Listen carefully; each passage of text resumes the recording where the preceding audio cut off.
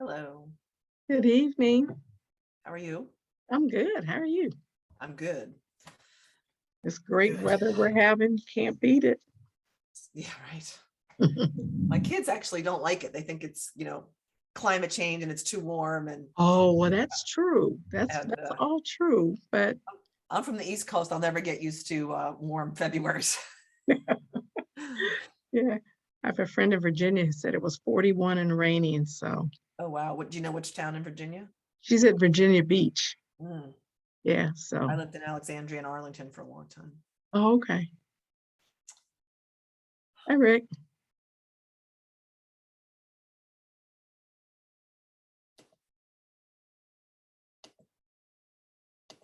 Let me do this right now while I'm thinking about it. Me too. I just want to check my microphone. Is it working? We can hear you. Can you hear me? Yes. Yes. Okay, thanks. I just made you a co-host, Sylvia. Thank you. Hi, Mike.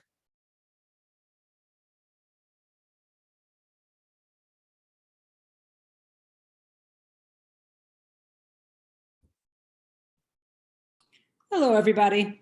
Hello. Good evening. Good evening.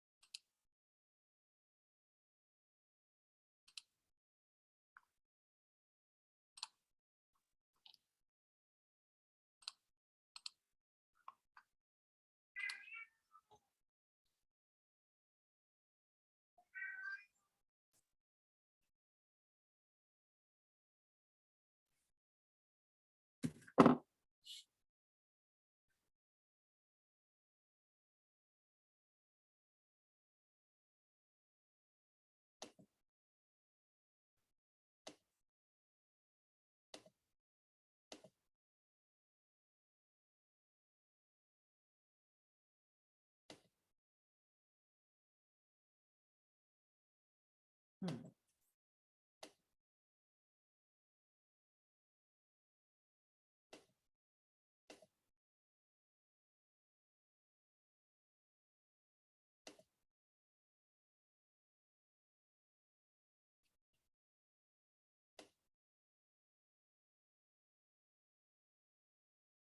All right, we had Director Natoli a minute ago and she's dropped off. So as soon as she joins us, we'll be, I believe. She ready. has a power outage. I am sending her I just sent her the open session link. I'm about to send her the closed session link. Okay, so we should just go ahead then. Or give her perhaps one more minute to enter the data into her phone. Right, she could try by phone on her cell phone to join. That is true. I'll mention that. Okay.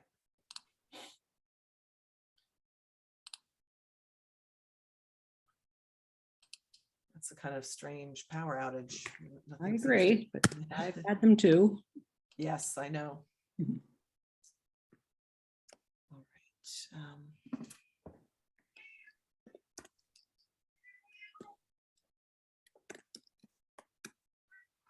All right, we'll give it another minute and we'll get started. Thanks for your patience.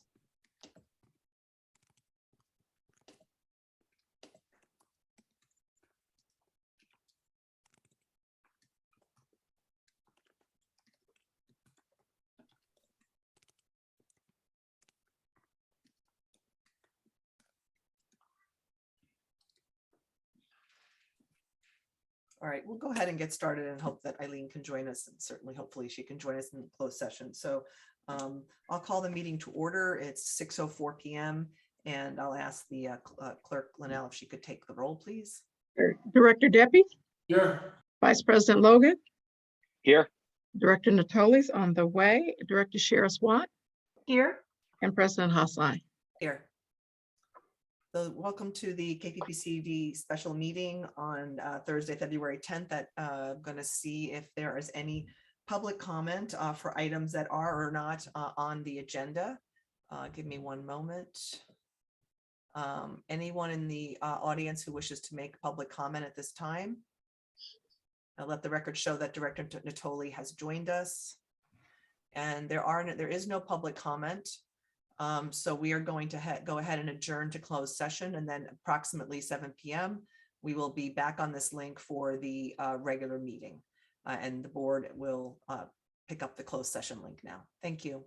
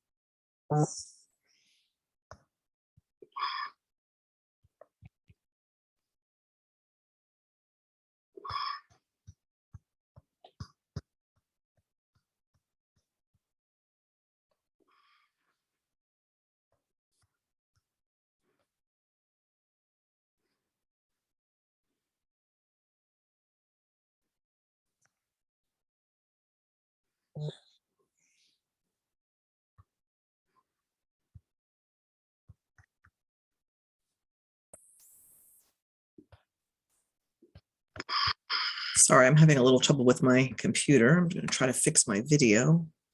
All right, I'll just go ahead and start.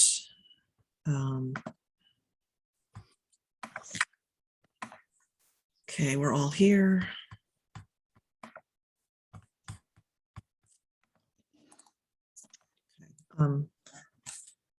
Good evening. This is Board President Sylvia Hassai, and I'll go ahead and call the regular meeting of the KPPCSD to order. It is 7:02 p.m. I'd like to announce that we continue to give direction to our lead negotiator regarding 303 Arlington as the item on our closed session agenda. And we were unable to get to one item, which council has advised me we could carry over to this meeting. And so we will do that after roll, if I remember correctly. Is that correct? Yes. So the clerk can go ahead and take the roll. Okay. Directors Deppie, Here. Vice President Logan, Here. I'm not hearing Linnell. Is everybody else hearing Linnell? I can hear her.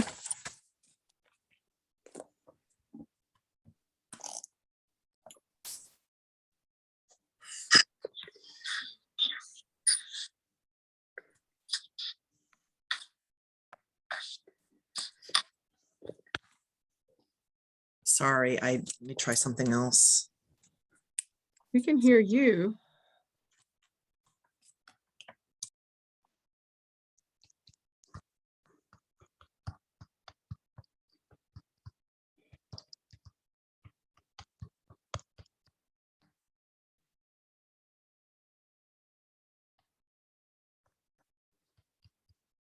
You were muted. Unmuted. You can hear me, but I Right, I cannot can- hear you. And fortunately, there is and dealing with my audio. Not really sure what to do. I think I'm going to hang up and call back into the meeting. Is that okay? Okay. I apologize. Let me try again. I'm going to hang up.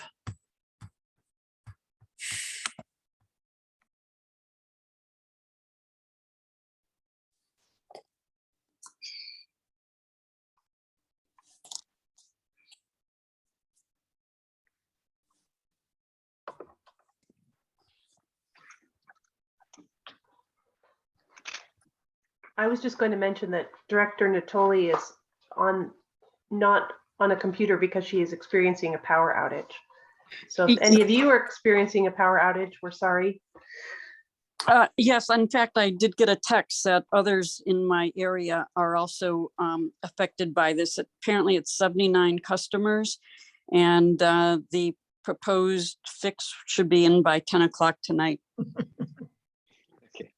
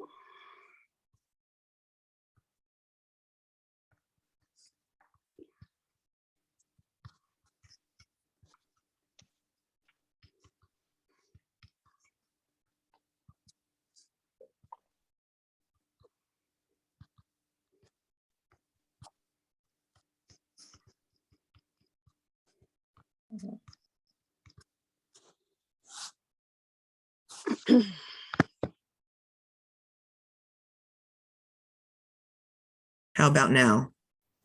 Yeah. Okay, can someone say something? Hi, Sylvia. I cannot hear. I don't know what to do. Goodness. All right, I'm gonna try to get on my phone and try to call in using my telephone.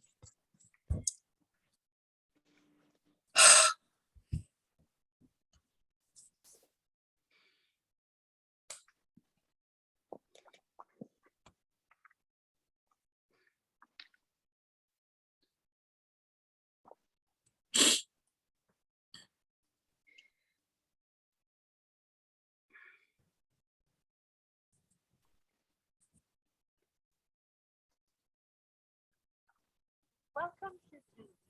Enter your meeting ID followed by pound.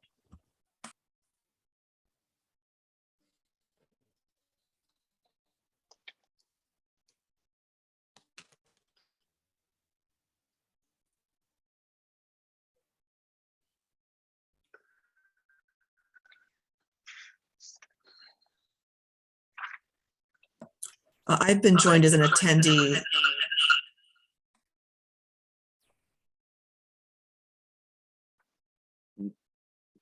You were there and then you went away. Sylvia, it looks like you're muted. If Sylvia joined as an attendee, she won't be able to unmute herself, but maybe whoever's the co-host will know that. I've lost everything. Could you Um, unmute This Sylvia? is really, really frustrating and embarrassing, and I really do apologize. I may have to go get tech support.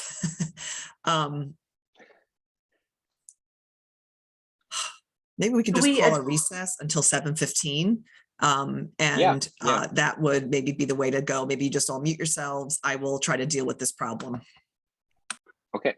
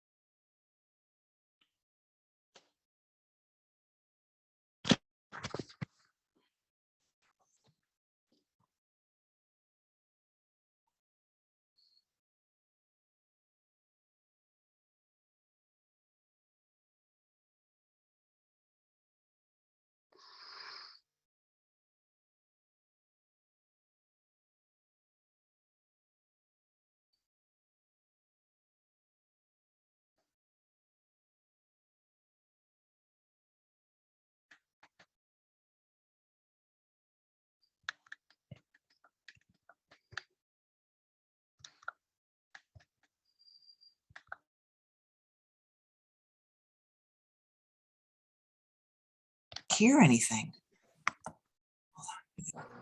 Power just came on for me. Ooh, wow, that was sudden.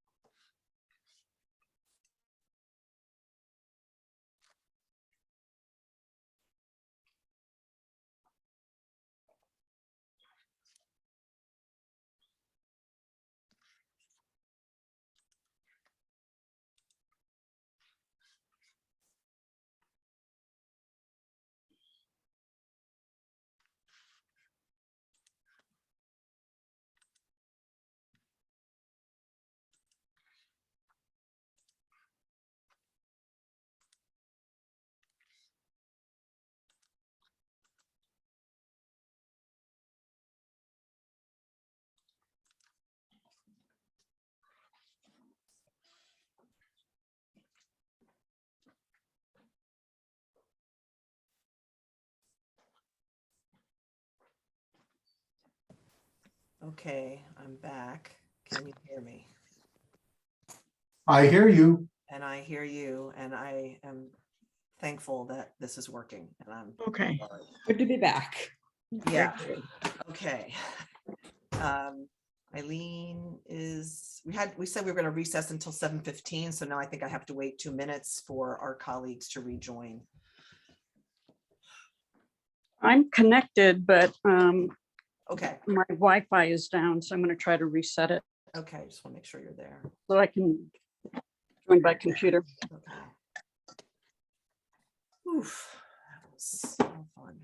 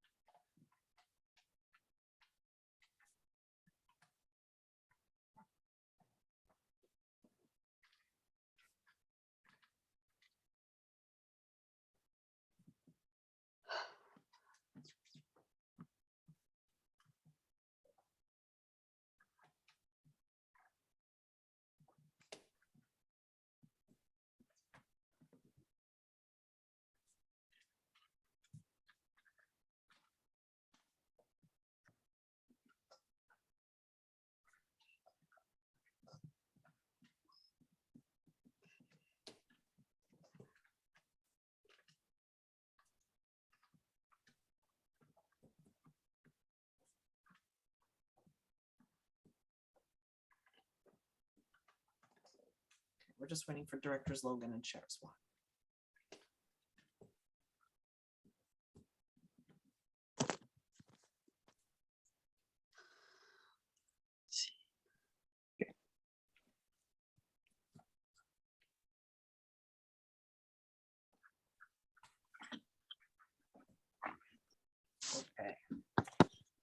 The gang's all here, and thank you very much for your kind patience. So we have come back from a quick recess to take care of my technical problem, and we were about to call the roll. Okay, Directors Debbie, Here. Vice President Logan, Here. Director Natoli, Here. Director Shiris Watt, Here. and President Hassan. Here. So as I mentioned, we are going to take an item that we had to continue over from the special meeting, which is dealing with AB 361, which is the adoption of the teleconference meetings during the continued state of emergency. We've done this at many meetings, and so I would like to the recommended actions that we adopt the resolution again to continue to allow us to meet by a teleconference for at least the next 30 days. Anyone want to make that motion?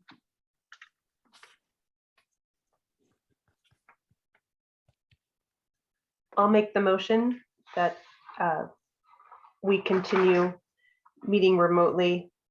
I'm sorry, the resolution I don't have in front of me. Determining that current circumstances continue to warrant holding meetings by teleconference. Okay, that's, yes. Is there a second? I'll A second. second. I think Debbie came in first for the second. So we can go ahead and take the roll. Or the, yeah. The roll call. Director Debbie, Yes. Vice President Logan, Yes. Director Natoli, Yes. Director Shiris Watt, Yes. President Hassan. Motion carries 0. Okay. So this point in our agenda, this is the public comment and consent calendar. So all matters on the consent calendar are considered routine and would be approved unless a board member or the GM first requests that the matter be removed for separate discussion and action. And individuals that wish to address the board concerning the consent calendar or items that are not on our agenda can raise their hand and are able to make a statement of up to 3 minutes. And I'll call on you and you'll be unmuted. You can address the board. If you wouldn't mind to saying your name for the record, it's helpful. And please direct your comments to the board and not to staff or the audience. And then, as you know, we cannot take any action or discussion on items that are not on the agenda. So I'm going to now look to the attendees to see if there are any hands up. I see 2. The first one is Danielle Madugo. I need to be made co-host, I believe, in order to, I was before, but I think I still need to do that again.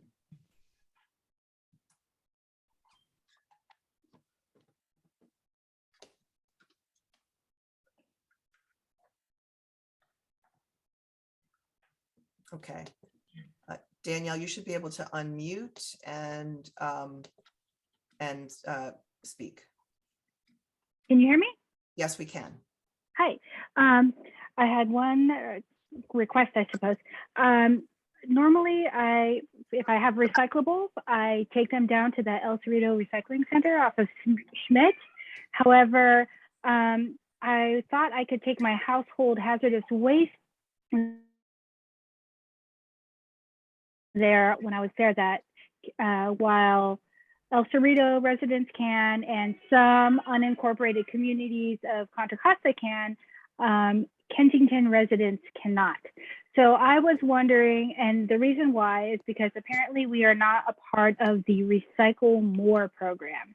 And I called and asked what that was about, and they just said Kensington is not part of the Recycle More program, and they're not making a decision on that anytime soon. And I have no idea what that meant, but I was wondering if Kensington could be part of the Recycle More program so that I can drop my household hazardous waste on Tuesdays rather than having to schlep it all the way over to Richmond. And that's it. Thank you. Thanks. Okay.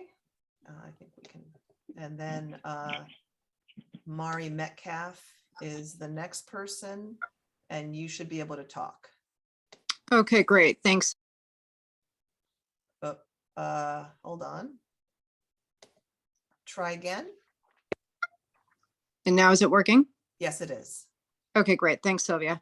My name is Mari Metcalf. I'm here tonight to ask the board to look into whether or not this department is properly trained in domestic violence and domestic abuse issues.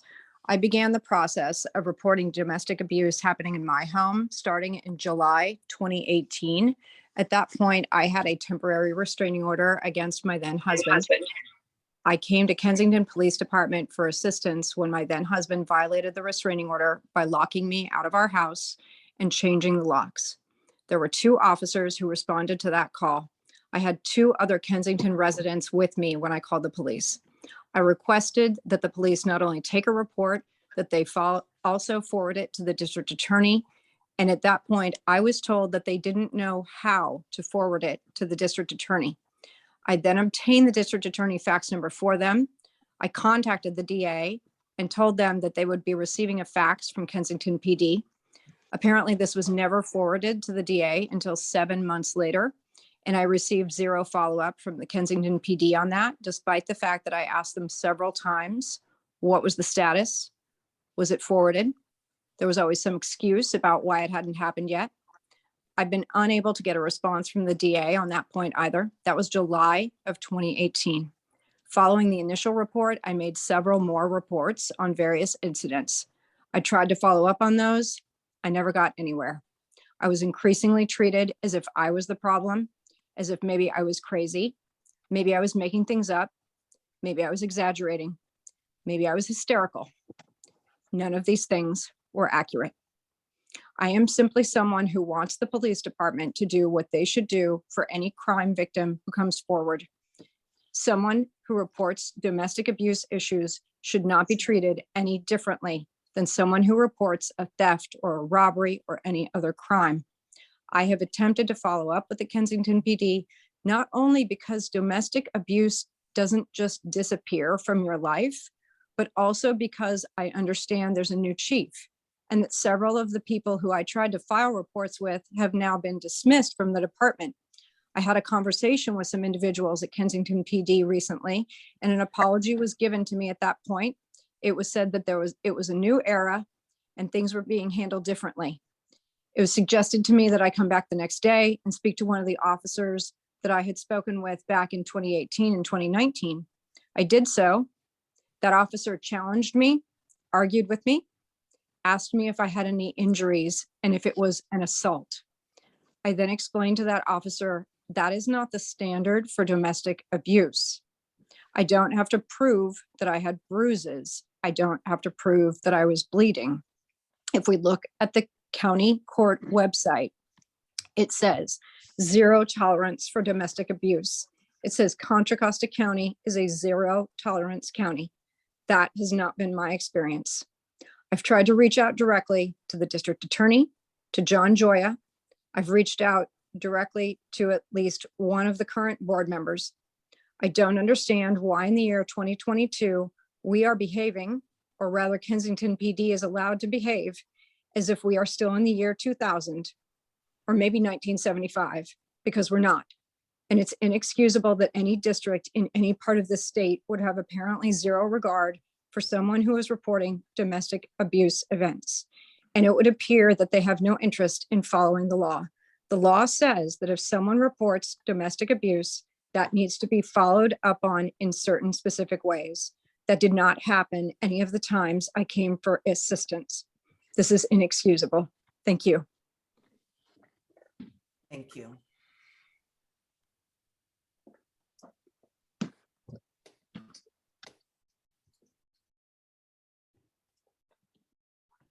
Okay, I am just checking to make sure there is no other public comment, and there is not.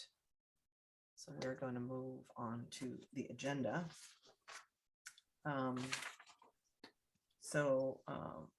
Our consent calendar consists of meeting minutes for the special and regular meetings of January 13th, 2022 and January 24th, 2022, and the December 2021 financial reports. And I would like to see if anyone has any comments or desire to pull those, or if we can adopt the consent calendar. Director Deppie. Yes, it's, as far as financial reports, and maybe I'm not seeing it, but I don't see details on here. I just see summary numbers. Are the details in another place?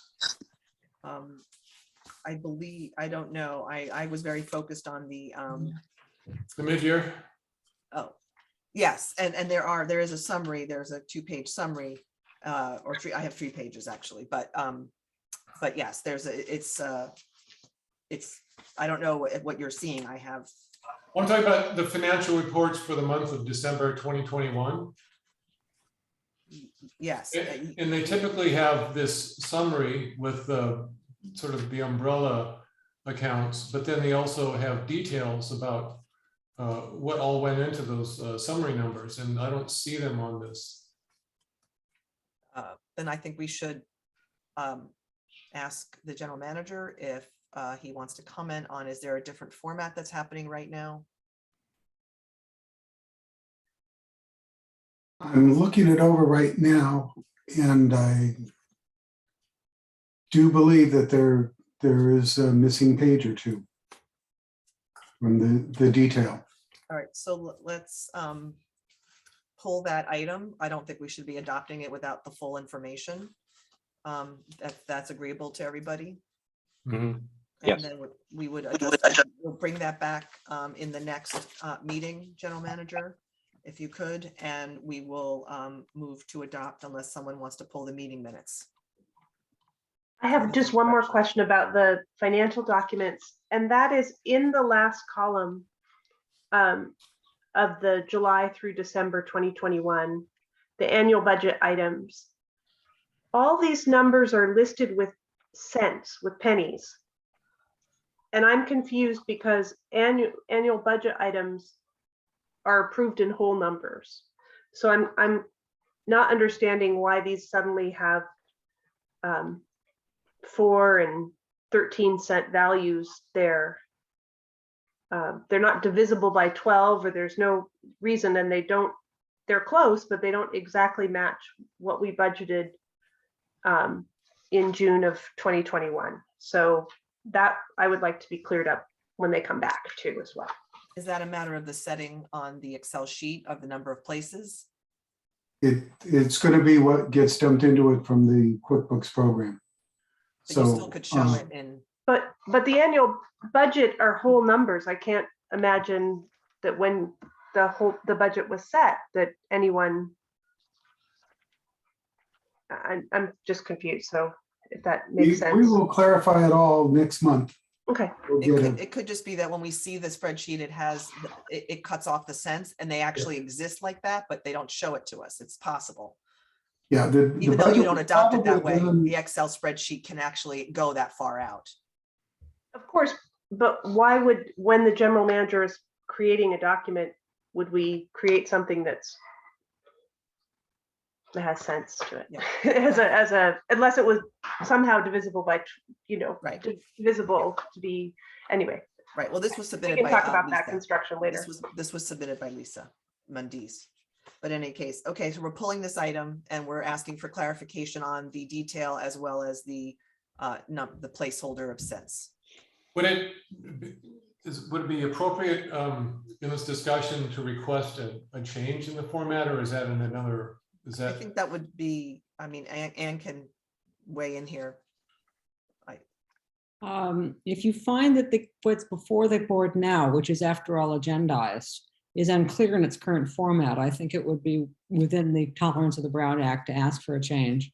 So I would just suggest to drop the pennies in all numbers. They're irrelevant. It just clogs up the column. So I would say just get rid of cents on all these budget documents. I don't see why we need it, and it's less to read. It becomes clearer without the cents. Both the finance manager and I have been looking it over, and we've got some ideas for making some changes to the way it was to be presented to the board. But yes, pennies will go. You don't do pennies. Okay. Okay. Thank you. So I'll make a motion to adopt the meeting minutes for the special and regular meetings of January 13th, 2022 and January 24th, 2022. I'll second. Okay, Made so the I've made a motion. motion to adopt and Director Sharis Watt is seconding. Go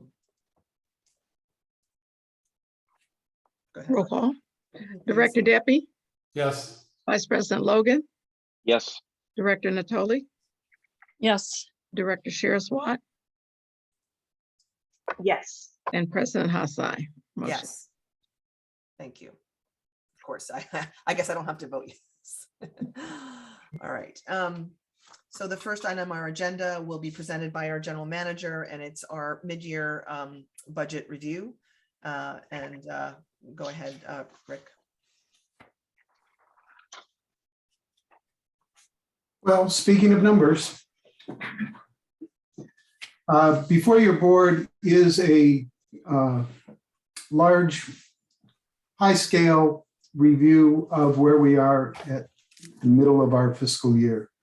June 29th, 2021, your board did adopt a budget. And so far, the budget is performing quite well. This is in part because of the good work that was done by the staff that was here previously. Both your general manager and the previous finance director, it became obvious to me that they took a lot of time and looked at every detail and put together a very good budget, as well as working with the input from your board. If you'll take a look, and there was a revised sheet that came out that is formatted how I thought would be most meaningful for people to be able to understand where we were in the budget. And again, make sure that yours, the sheet you're looking at has the revised in the lower left-hand corner with today's date in it. Even with that revision, there was one error in the formula, and that would be in the first percentage of anticipated, that should be 105%. But the way it's set up is that first column is where we thought we would be when the budget was created at this time of the year. So it isn't just a matter, in some cases you just split the year in half, but other cases, if you know something's going to be front loaded, you put that into the budget and in anticipation of the money coming in. So if you take a look at the revenues, actually we're running ahead on the property taxes. That money is front loaded. It does come in all at one lump sum. I didn't realize that that's how it worked here. But we have the property taxes for the year, and we're running a little bit ahead of where we were before. Now that's always subject, or where we thought we would be. That is always subject to some revisions from the county. Has to do with if delinquent taxes come in, that number is going to go up. If there's an appeal that gets upheld, that number is going to go down, but that number is pretty well in there. We also have our police grants, franchise fee, other, but you can see the first column is where we thought we would be. The second column tells us where we actually are, and the third column gives us the percentage of where we're at as far as where our percentage of what was anticipated. Bottom line, you can see we thought we'd have $3,540,000 in revenue. We've actually received $3,692,000 in revenue. So that's where we are in revenue. We're running a little bit ahead on revenue. Flip side, our expenditures. And this one is kind of good news, bad news. Good news is that we're running under budget. The bad news is the reason we're running under budget is because we have had a significant amount of salary savings as we've been working to get the force up to speed. Also, so you can see we've only spent 86% of what we thought we would spend in police salaries and benefits at this time.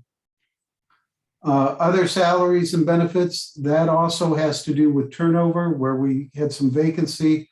Also, well, including when I came in a little bit later, and I did take some time off that was not anticipated within the budget. We've gone over on administrative and other administrative expenses. That's primarily because we did use an outside firm, and we've since transitioned a bit more, but we relied more on our outside firm for accounting help. And there's also been some IT issues, which I understand are possibly recoverable as they were related to COVID. But bottom line, we thought we would have spent 2.1 million at this point. We've only spent 1.8 million at this point. So we actually are $300,000 under where we thought we would be as far as expenditures. If all things remain the same, the district could expect total expenditures up to $500,000 less than what was anticipated. However, there's also one other little bit of good news that I need to bring to you within the mid-year budget report.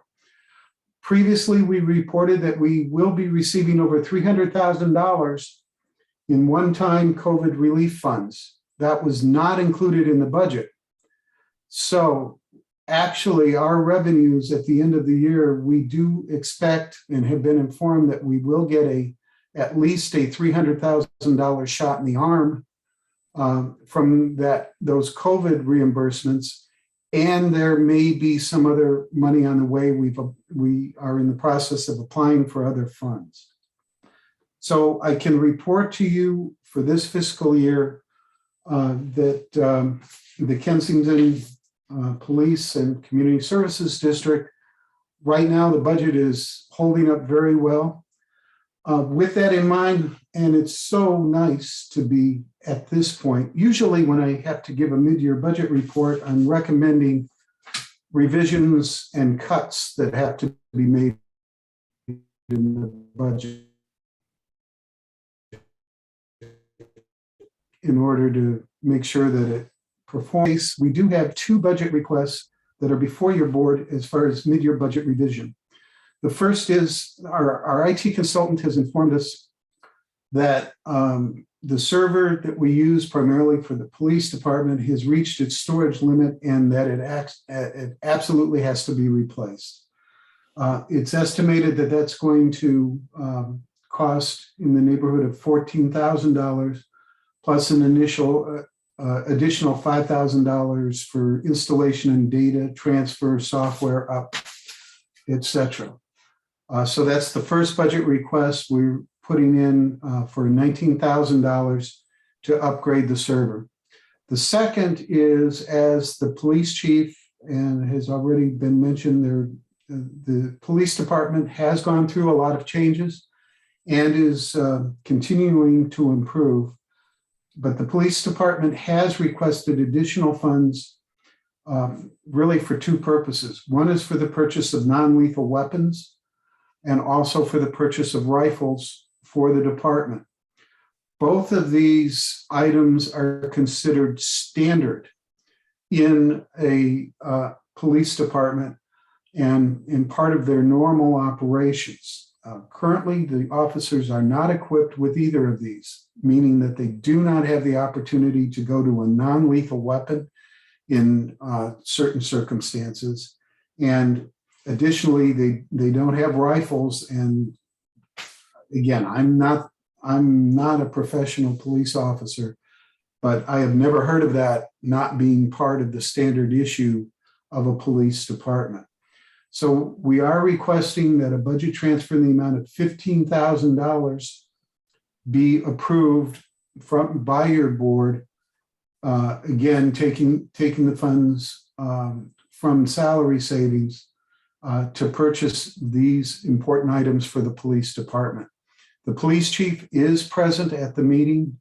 If you do have any questions about either of these, the computer or the weapons, either he or I will be happy to answer any of those questions. Otherwise, it's recommended that your board receive the report and approve the 2 budget transfers, budget adjustments at mid-year.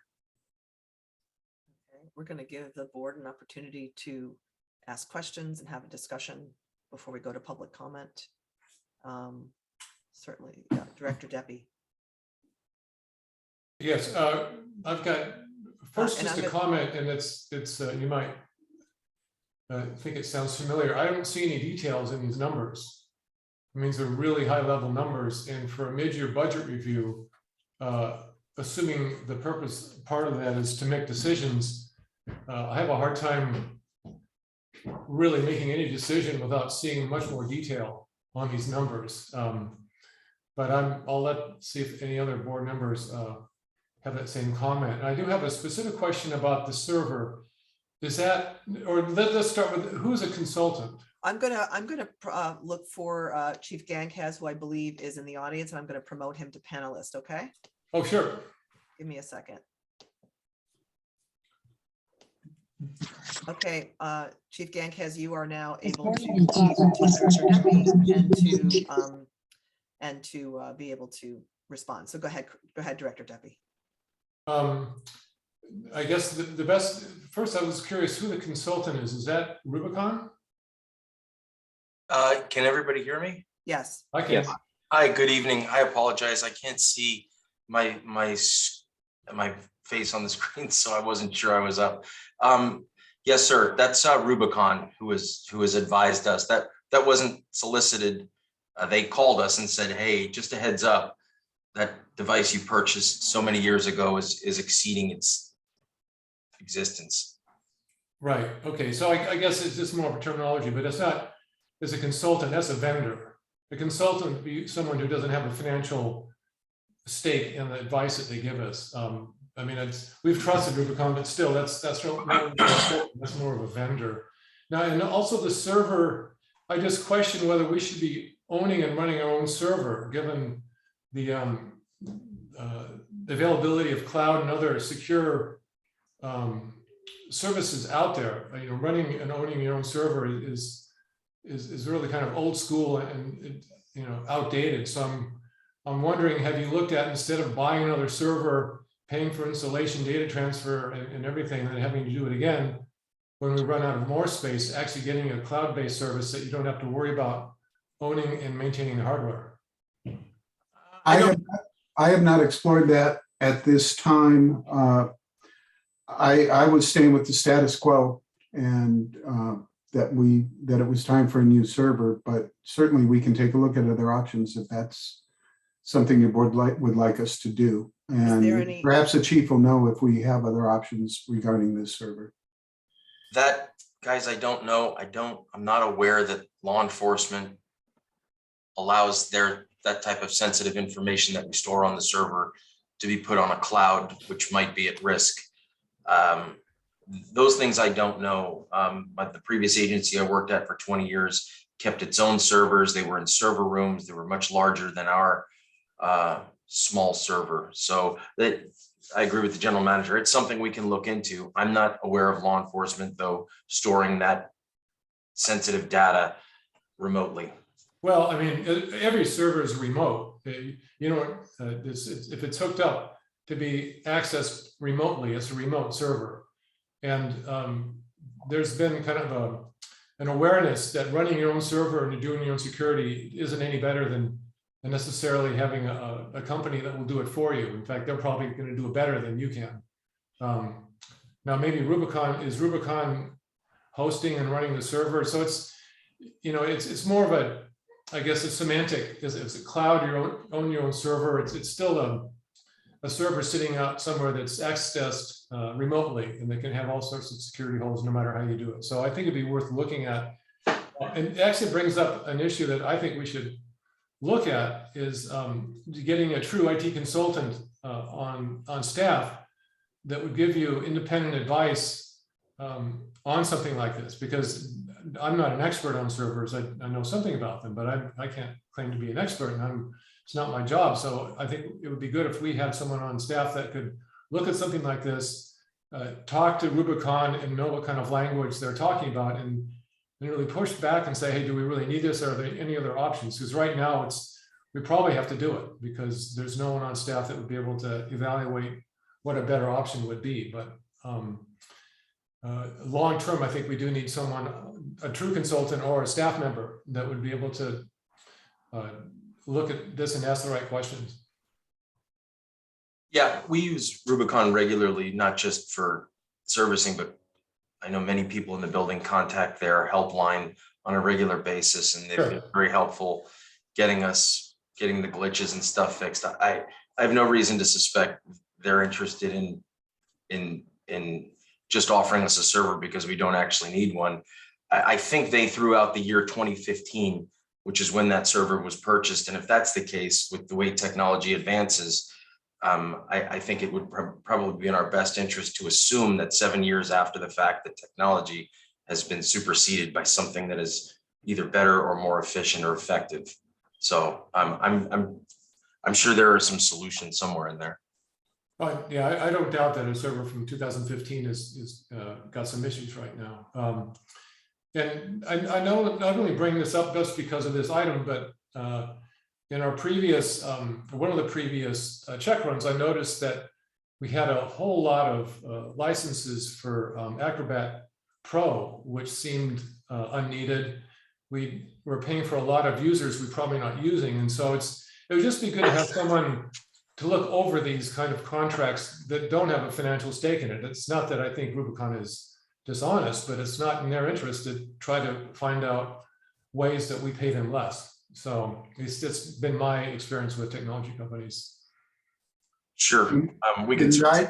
And I intend to follow up on that and find out why we have so many licenses, and because it seemed to be a large number as well. Right. Right. Can I move on to Director Natoli?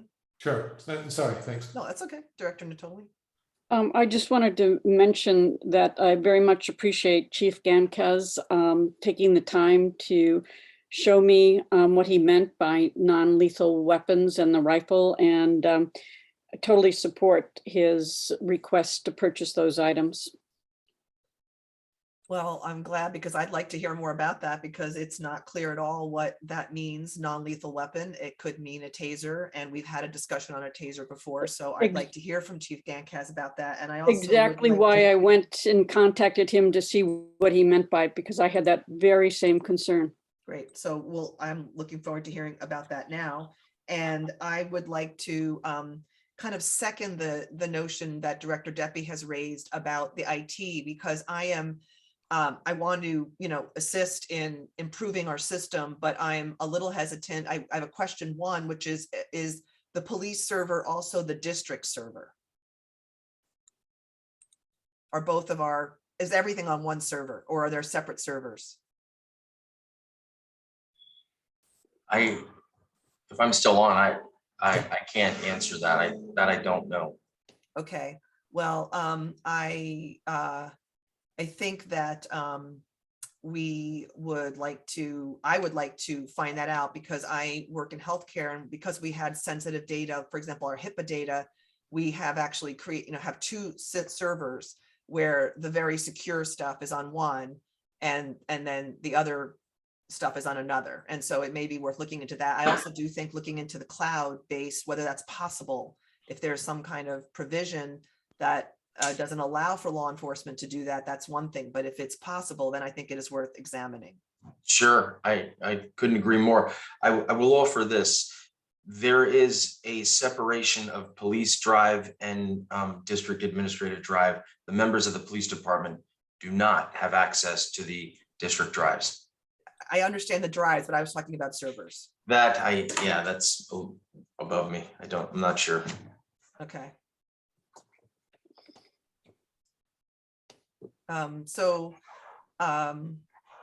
You're offering then to do some more research about cloud-based server, a server, true cloud-based system, as well as whether two separate servers are warranted. Is that correct? Absolutely. The first director, the first people that I'm going to ask my staff to call are the Department of Justice. Okay. We take direction from the Department of Justice, California, and they tell us what we can and cannot do with law enforcement information. And that's what we follow. And if they say, hey, yeah, this is great, you can do it as long as it meets this security criteria, we'll run the numbers and get it back to you. If they say, no, you have to keep a hard piece of equipment in your police department surrounded by a locked door, we'll follow that direction and report back directly to you. Okay, thank you. And let's go ahead and ask for the second part of my question, if you would explain to us more about the non-lethal weapons. And you can certainly talk about the rifles. I mean, what I'm gathering is that it's standard issue, and in the past, we would have our own officers would bring their own type of rifle. We don't want that. So that I'm a little less concerned about that, but I'm more concerned about what a lethal weapon is. Non-lethal weapon. Sure. Well, the purpose of this was to improve and reduce the risk exposed by the district is exposed to by the current practices in place. And that is, number one, is the police officers bringing in their own rifles, which is a very risky proposition. And I want to do away with that. If we're going to deploy that type of system in the field, the district should have strict control of that. The type, the maintenance, what is deployed, the policy, it should be very strict, and it should be the property of the district, not the employees. That's the biggest concern here. The less lethal projectiles, the district currently deploys a first generation type of less lethal tool for officers, an intermediate use of force tool for officers, and it's a beanbag shotgun. This was a first generation tool introduced to law enforcement in the 80s. The problem with that particular device is you can still load a shotgun round and fire it right through the barrel. And the implications of that were witnessed by a police department up in Oregon where an officer was killed. There's nothing that prevents that from happening in the current system that we have. The system I'm proposing is one that's being adopted by law enforcement across the country. It's a soft projectile device that is incapable of firing what you would call a bullet. It cannot happen. So my goal is to do away with that old first generation system that is inherently risky and go along with the industry trend with deploying a soft projectile system. I am very familiar with it. I put it in place in the last organization I worked for. I have 10 years experience with it, and it's still in place at that organization and taking hold widely throughout law enforcement. That's the soft projectile. It's not tasers. Okay. Thank you for clarifying that. Director Logan. Yes, I had my hand up before, and just to really go along with Eileen, I had a chance to talk with Chief Gancas, and he presented what he just presented. I want to make sure that he had the chance this evening to present that, because I'm it's a compelling case, and he's put a lot of thought into this, and it's really a great step forward for the department. So I just wanted to point that, I want to agree on that point. Okay, great. Director Sheriff Swat. Yes, I also, of course, agree with, and thank you, Chief Gancas, for improving our shotgun deployment and the non-lethal weapon. I also just wanted to add, I think that I want to make sure that Rick and Mike, that you feel that you don't have to do the technological surveying on your own, and that like Director Deppie said, if you explore this a little bit and find someone who can give a consultation on and do a technical survey of the department for you, both departments, our administrative and police, that's wonderful. And I would be really excited to hear that as a board member, because we know you have lots of duties, and this may not be, Director Deppie is the person with the most experience here, and I think technologically, and he's saying it's not in his wheelhouse. So I'd be happy to approve a budgetary item or a consultant for you, so that you don't have to do that. Excellent. Director Natoli, do you have your hand up, or is that from before? No, sorry, didn't That's okay. take it down. I'll lower it down. Okay, so we will go to public shortly, public comment. I think prior to doing that, though, we should probably formulate a motion so that the public knows what exactly they're going to be commenting on. So you have General Manager Benson. made two recommendations, and we also have to accept the mid-year, receive the mid-year budget report. For the IT piece, if other directors want to help me here, do we want to not approve this and ask for another report, in a month about, what they've discovered, so that we know what we're approving, if we're going to approve an amount of money, we know exactly what it's for? We can certainly bring back, I don't think that it's going to crash tomorrow.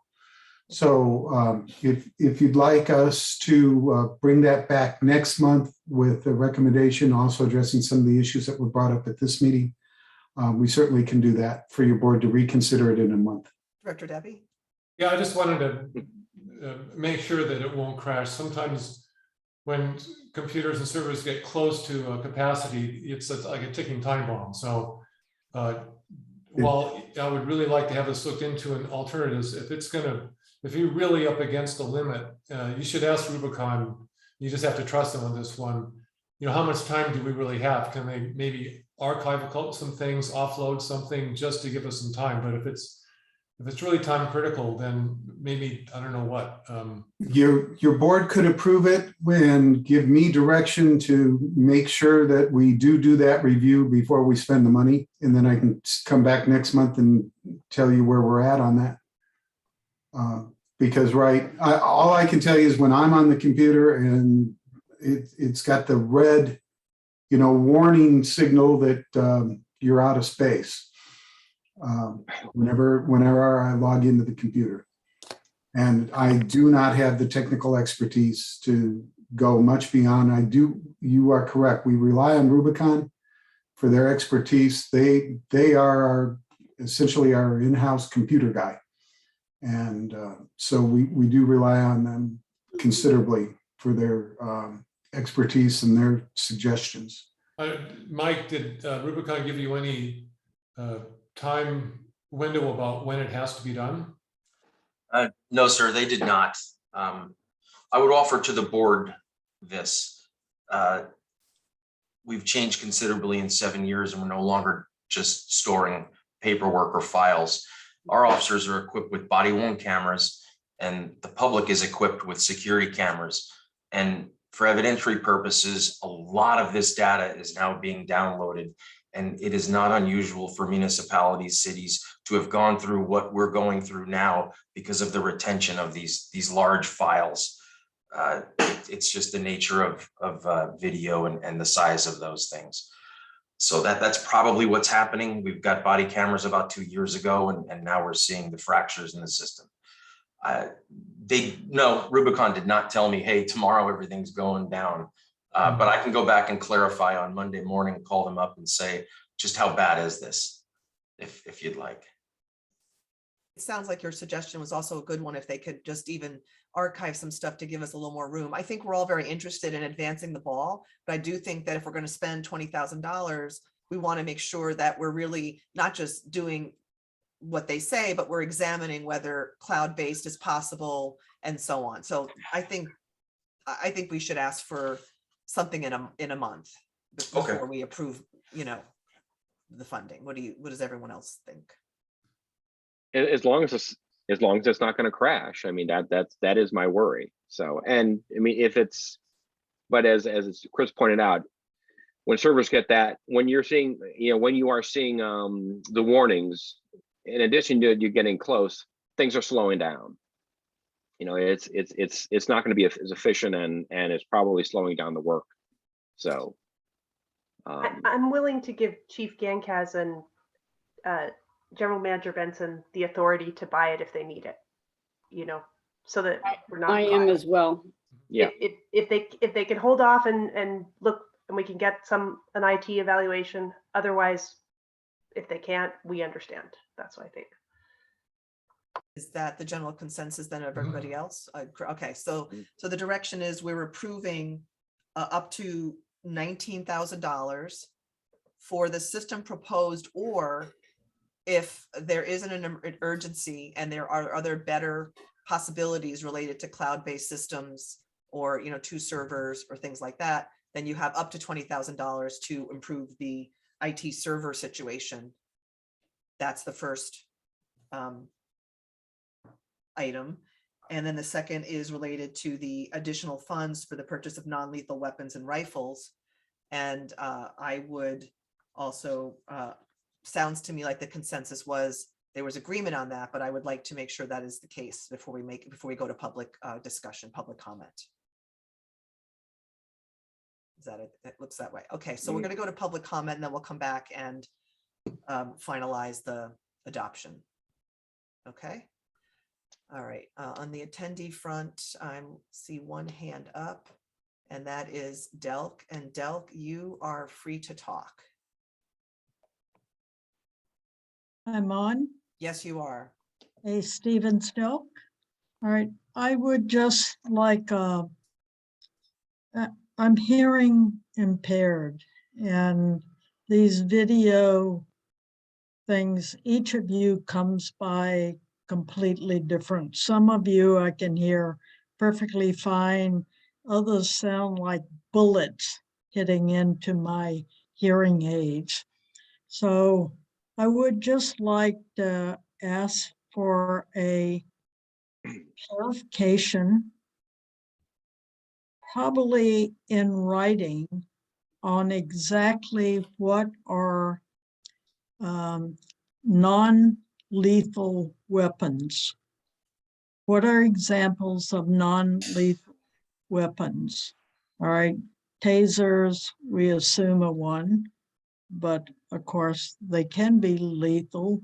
Batons are non-lethal, but of course, so I would like the board to have the chief at some point put out a memo explaining exactly what those weapons are.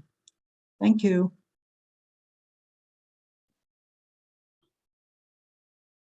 And that may be a general request. I will repeat, hopefully, that you can hear that just in this case, we're talking about only something that fires a kind of a beanbag type projectile. In this case, for this request, there are other non-lethal weapons out there, as you point out, but for this particular request, it is just related to the beanbag projectiles. I believe actually it's something that, not like a beanbag, but it, Chief Gancass, it's more like a racquetball or something like that. Is that not correct? You are correct. Yes, it's like a tennis ball. Oh, okay. I must. No, beanbag is a great description of it, but that's typically what they're called. We're doing away with the beanbag rounds. We're doing away with that whole program. Sorry, I okay. messed that one up. Okay, appreciate the clarification. So, all right. So I suppose that the motion is, and my general counsel will instruct me if I'm incorrect.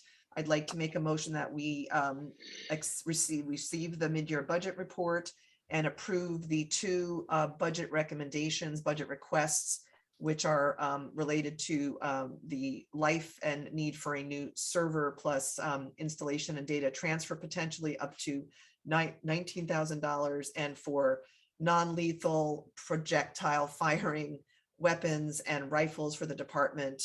And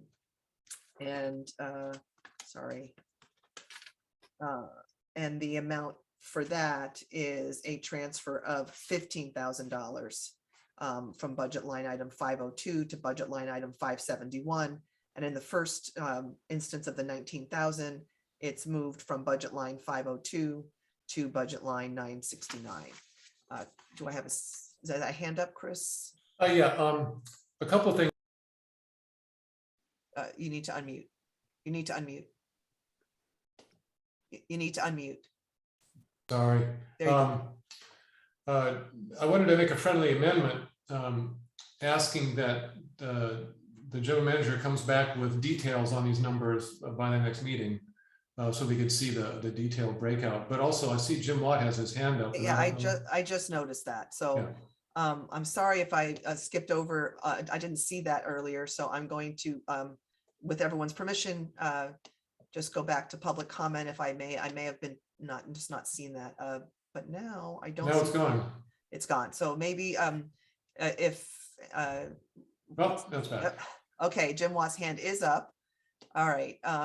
Apologies, Jim, that I may have missed you earlier. You should be able to unmute yourself and speak. Yes, can you hear me? Yes, we can.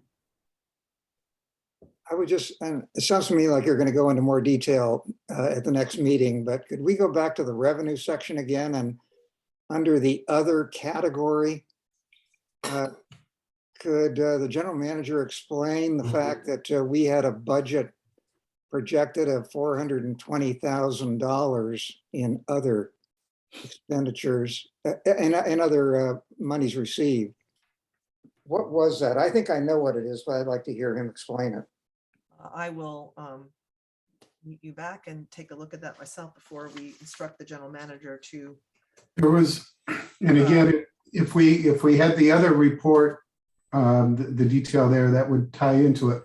But the other includes, a big chunk of that is $158,000 there was a grant. Yes, the WW grant. I was going to ask about that myself. Yeah, the WW grant was part of that. So that was $158,000 of that. And I believe there was another grant included in there. Those were the two major categories in that other. Okay. I would remind the folks that they're addressing their comments to the board, and Sorry. that's okay. It's fine, but it's just a reminder. And is there, and you have up to 3 minutes for one comment. So Jim, is your hand up or down? My hand is up. Is it up now? Yeah. Is it up now? It's up now. Okay. No, I just wanted to say that, yes, that's what I understood it was going to be. And my question is, where are we in getting those two grants? Well, I think I'll let the general manager answer that. I saw that in the December numbers, it looked like the 158 had come in, but I'm not 100% sure of that. But go ahead, general manager, you can answer the question. Okay, thank you. If it's showing there in the column as far as received, that money is in the bank. That's why that $300,000 that we're getting for the COVID relief is not showing there yet, because that's not in the bank yet.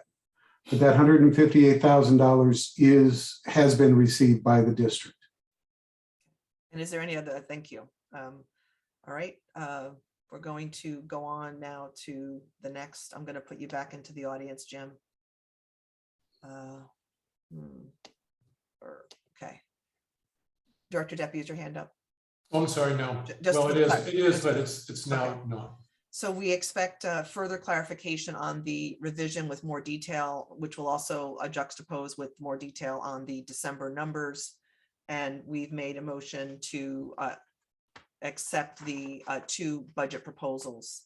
Do I have a second on that motion? I second. Okay.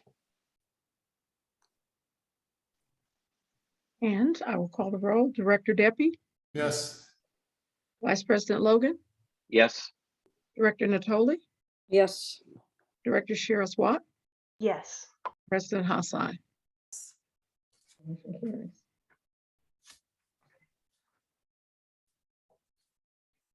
Okay, the next item on our agenda is the relocation of district offices. We're going to receive the general manager's report on everything we've been considering so far and have a discussion and provide additional direction to the general staff. So General Manager Benson, go ahead. Members of the board, when I was brought on, I met with each of you individually. I also received an update from the prior general manager, and it was very clear that the highest priority and most important thing that was being considered by the district at that time and continues to be is relocation of the district offices and the police department. During that time, there have been a number of items that have been looked at, possibilities that have been looked at.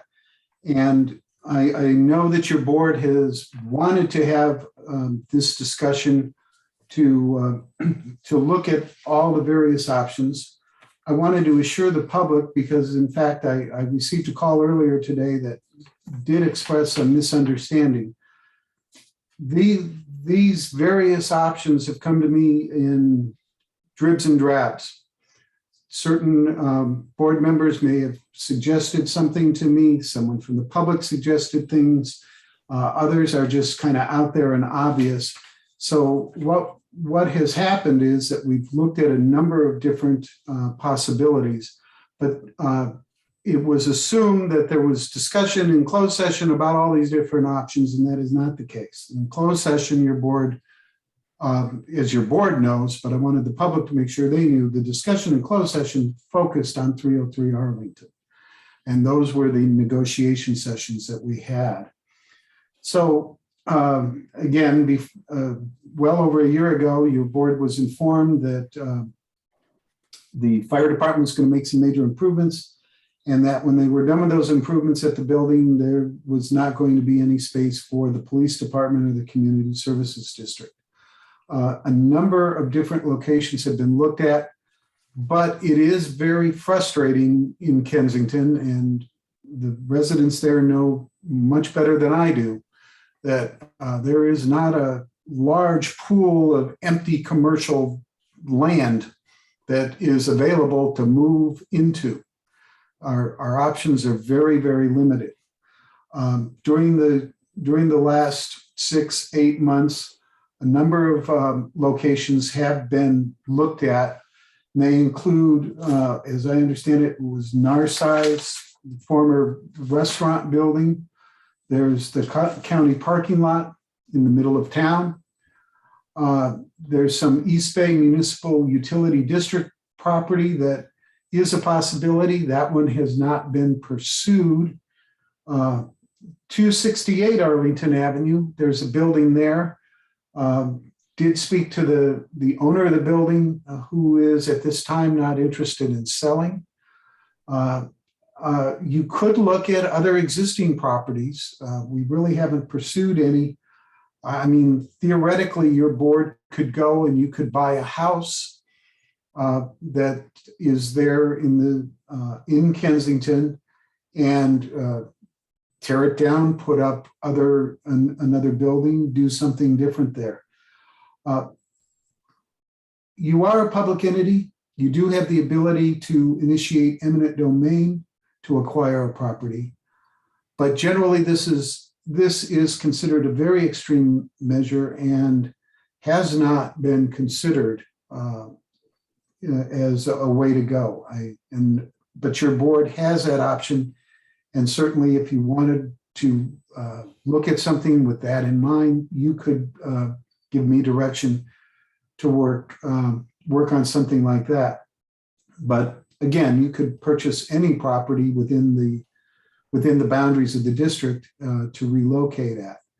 So after looking and finding that many of these options probably won't work, really it's kind of been boiled down to two different options.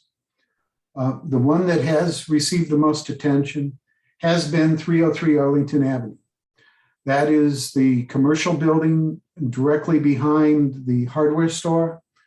It's my understanding that those offices in there have, for the most part, remained vacant over a considerable period of time. Your board has been doing the due diligence that's necessary before you make a move or before you even fully consider an option like that. It has been reviewed seismically as far as to see if there was integrity in the building. Also, it's been reviewed as far as other geologic activity near it, where the fault lines are, et cetera, to make sure that it is viable. And certainly it was also necessary to obtain an appraisal before we could continue negotiations with the property owner. after some time, it's been looked at, and what was recommended initially, the recommended tenant improvements to modify the building, make it work as a police station, amounted to about $800,000 in modifications that would be necessary for the building to actually serve the purpose that we needed. In addition to that, the architect and the other experts that took a look at the building also recommended that seismic improvements approaching $500,000 be made. All of this was done when we were initially looking at renting the building. And there was some thought that, gee, that's a whole lot of money to put into someone else's building. And that's what really triggered the discussions about possibly purchasing the building. It would be easier to justify making those kind of improvements in a building that your district owned.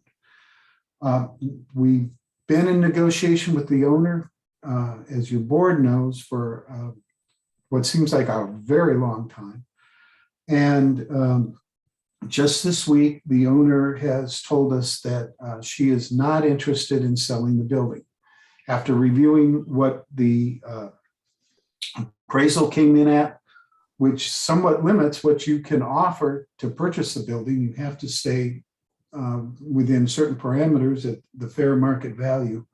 The owner was not interested in selling. So that leads us over to renting the building. That hasn't been finalized, but there are currently some negotiations going on with the owner regarding renting the facility and whether or not your board wants to move forward with renting the building. But that has taken a great deal of time, and it's a little frustrating that we're at the point we're at, that we aren't able to have come to an agreement. But again, that's totally within the realm of the owner of the building to make those kind of decisions and decide whether or not she's interested in selling it. So that leaves the other option that is most viable, or at least I believe to be most viable right now, is to utilize the property that your district already has. And the district has property near the community center. The land surrounding there is considered a viable option.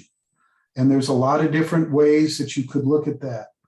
You could, well, the annex building has been vacant, I think, if I understand it correctly, at least 16 years.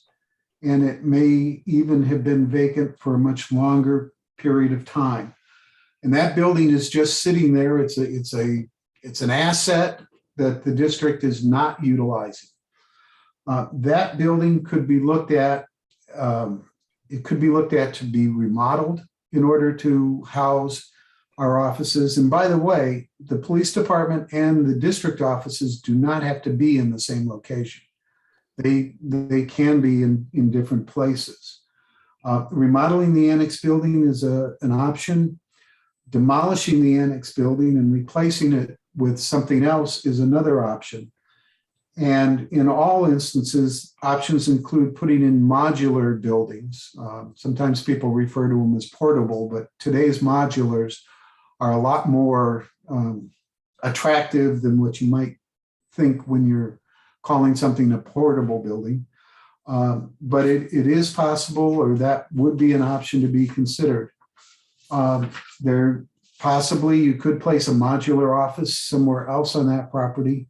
Also, the district could look into utilizing Building E for district purposes and work together with the Kensington Community Council to make sure that their needs are met so that they're not faced with pretty much the kind of problem that your board was faced with, all of a sudden having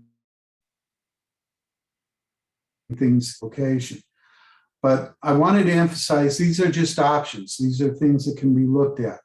Definitely modular buildings are a possibility.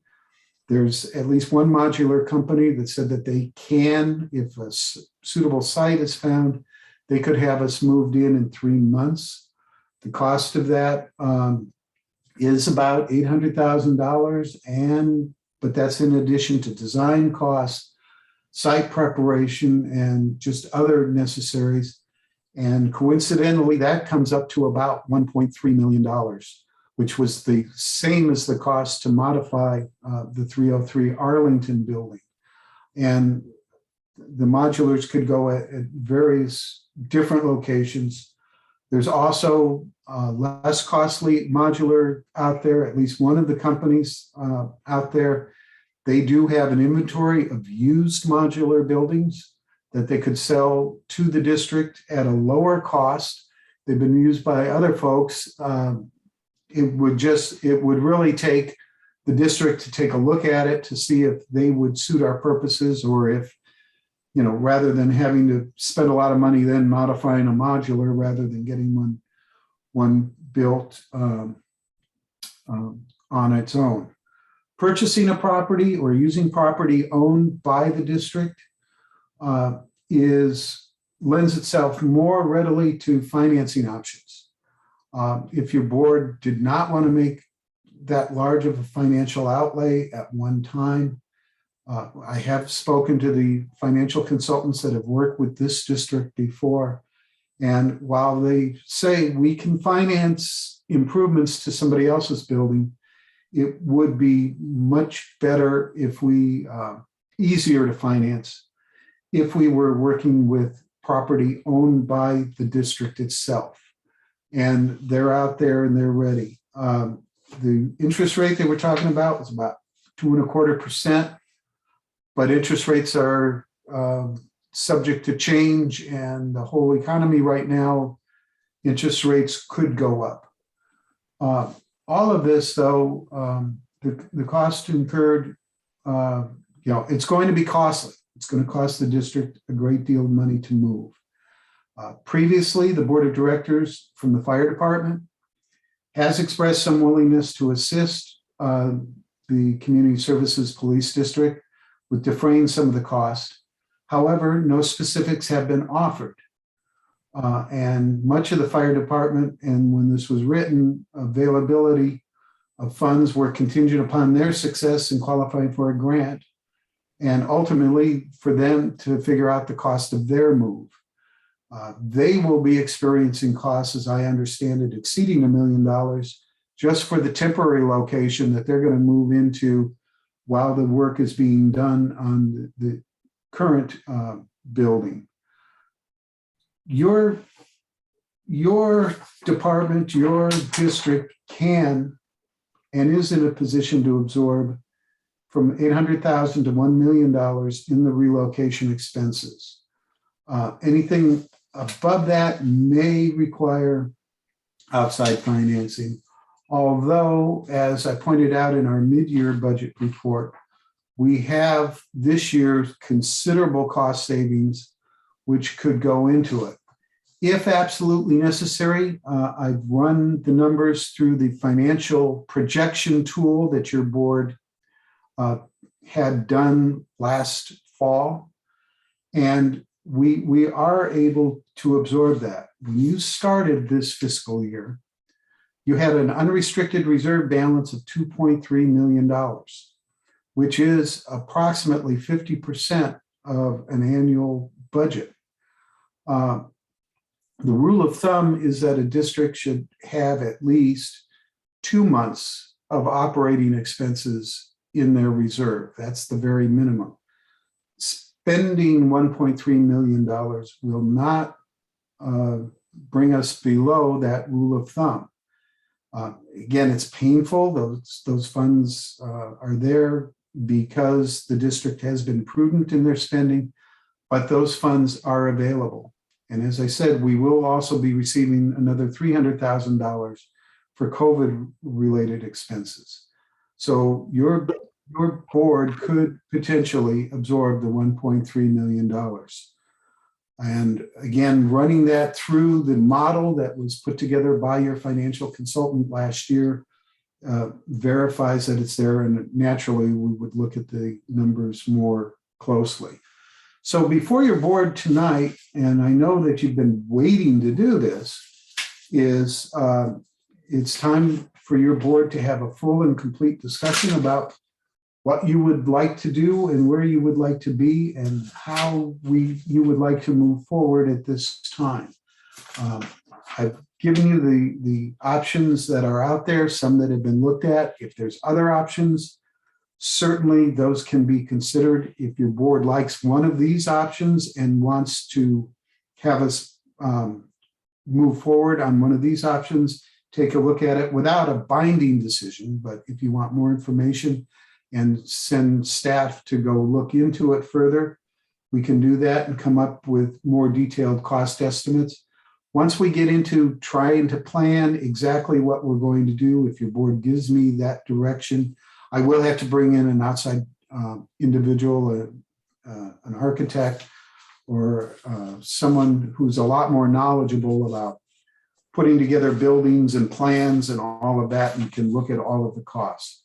But the idea tonight is for your board to discuss this, as well as to receive input from the public and see what their ideas and thoughts are about a new home for the Kensington Police Department. You made great strides over the last few years with your police department, and they deserve to have a good home. They're ready and all set to make the move, and this could be a real positive move for the department. Some more independence and really having, instead of trying to fit a square peg into a round hole, actually designing a facility for the police department and staff use. So those are the options. It's before your board to discuss and to provide staff with direction. You're muted, Sylvia. Sorry. Thank you. We will open with board discussion, and then we will take public comment before we make final direction. Director Natoli has her hand up first. So Director Natoli. Yeah, I had previously asked about what financial incentives there might be for eminent domain. I don't know if you've done anything about that yet, but it's my understanding that there's some considerable tax advantages under eminent domain. And also I brought to your attention modular police buildings. I don't know if in your discussion you had that. And also we had talked about the East Bay Mud property. You mentioned that you think it's unfeasible. I'm curious why you think that. What steps have you taken to contact East Bay Mud? And with respect to Narcy David's building on Calusa, you mentioned that that was infeasible. I wanted to know why that building was infeasible. Okay. As far as Narcy's, and that was my understanding when I got here, that your board had already, or that the previous director had already looked at that, and that the property owner was not in a position wanting to move in there. Also, that it wasn't it wasn't going to work out well for the district. That was the information I had received when I first got here. The East Bay Mud, I was relying, and again, all of this pulls in together from various sources, but actually what I put down there was the opinion of one of the board members that they may not be interested, that it's probably not something that they'd be interested in doing, just knowing about the East Bay Mud, but it has not been pursued. We could contact them. Well, I have again, that's what this meeting's about. If we need to go back and dig deeper into the Narcy's or into the other, that's what I have mentioned on several other occasions that there is precedent for East Bay Mud giving property to other government agencies. So I don't know that writing it off without doing any kind of due diligence is appropriate. I see that Chief Gancas has his hand up, so I'd like to let him speak because he may have something to say here. You should be able to unmute Chief Gancas. Good evening, everyone. I do have some experience, I believe, with the Narcy building. If that's the structure that is adjoining to the circus, pub. Is that the same facility? It Yeah. is. I've been down there twice, both times with Chief Schuld. We got the owner of the building down there, and he was not only not interested in allowing us to rent it or sell it, he wasn't interested in letting us inside. He flat out refused to let us enter the building to look around to see if it could even be served as a police department. So we had gone the distance with that gentleman and thanked him for his time. And so that's pretty much how that concluded, that particular facility.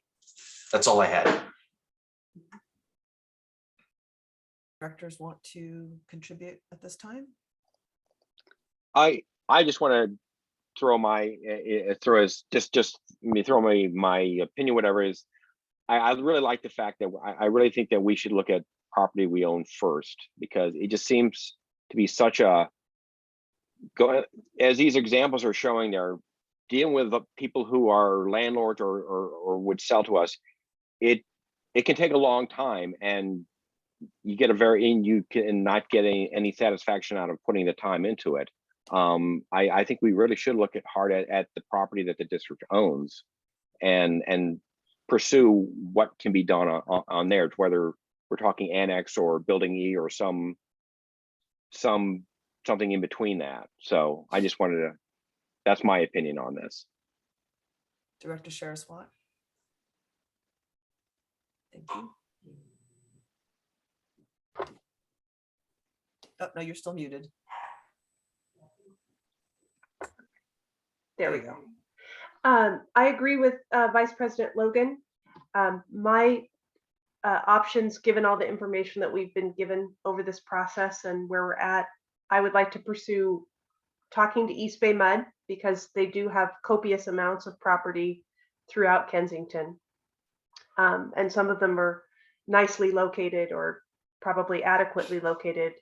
At least Director Deppie and myself talked to Steve Lake, who had coordinated a police department move from Danville, and he suggested some East Bay Mud property in Kensington as being something that he would look at. So I would like to pursue that. I'd like to have the GM pursue maybe some other existing properties around Kensington, but I mean, only things clearly that are maybe on Arlington Avenue or something like that. And that, like I said, I agree with Vice President Logan that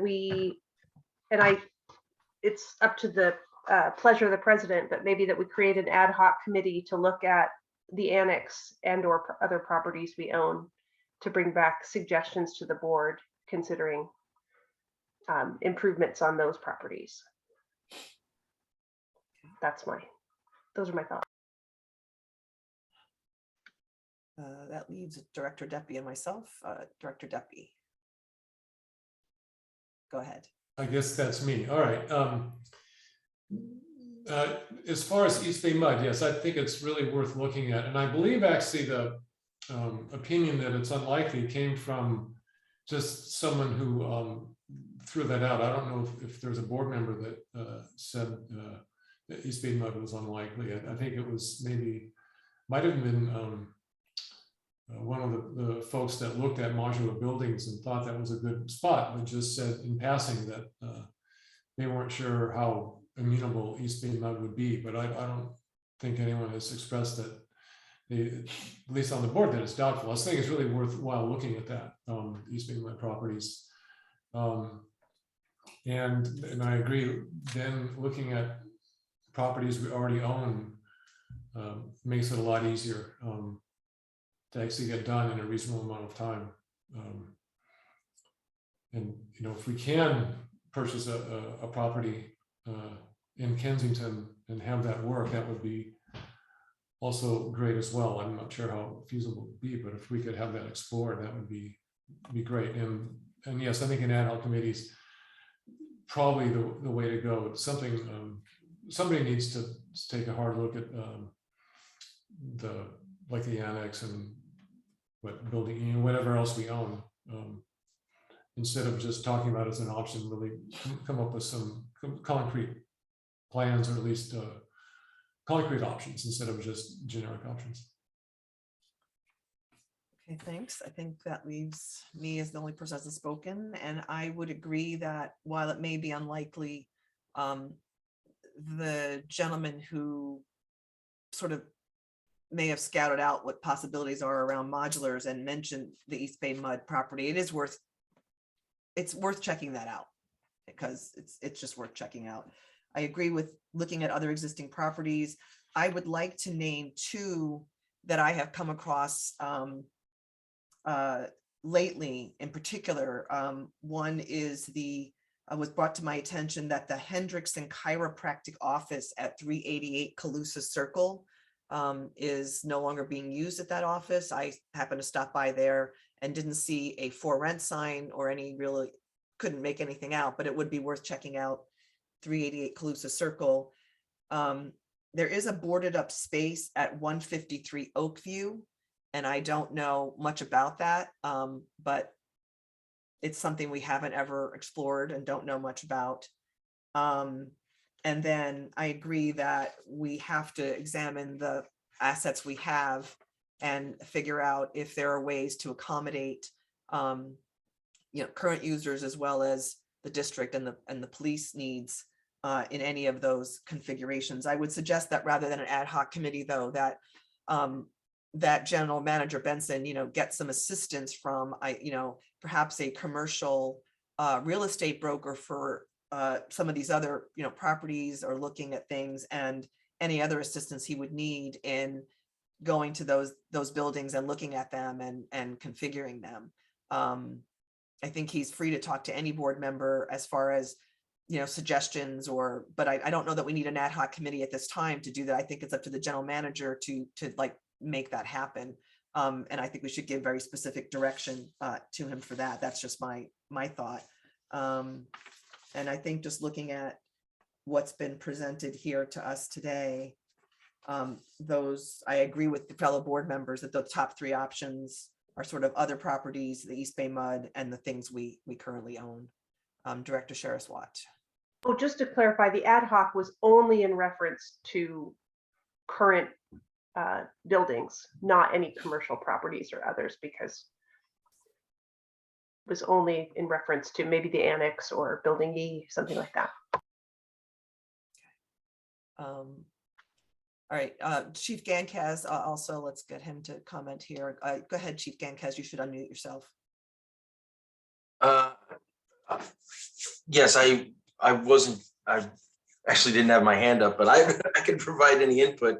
It's a hard thing to have to swallow, the 303 Arlington. A lot of work has been put into that to try to make that successful. So I champion anything that we can do to get a good long-term solution for the district. You'll have a grade A police department and a nice structure for the next 10 to 20 years. So I'm supportive of anything the board wants to do. Well, I think we're going to be counting on you to be working with the general manager to be thinking through some of these options.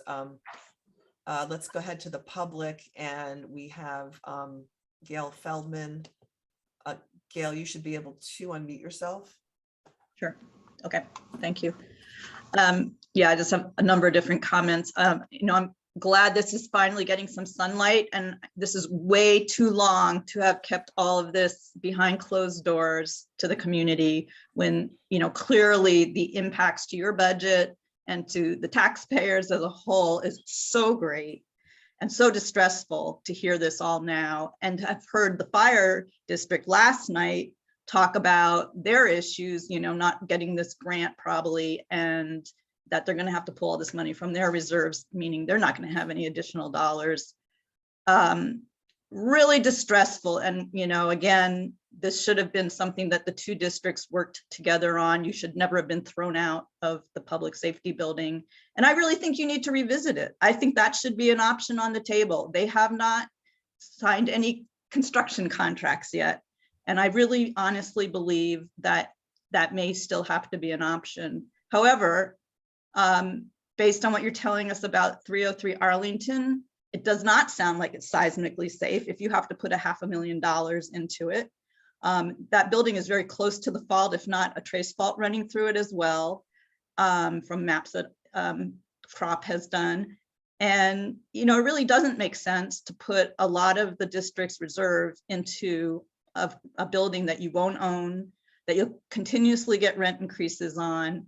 I agree that finding a different solution is probably preferential. And while I think that the annex building for years has been talked about as an improvement, that maybe that is a way to go. Although, you know, obviously there are issues around parking the vehicles up there. I don't know what you'll work out. But I do think that actually having your administrative offices in the park makes a whole lot of sense. So that really should be something to look at.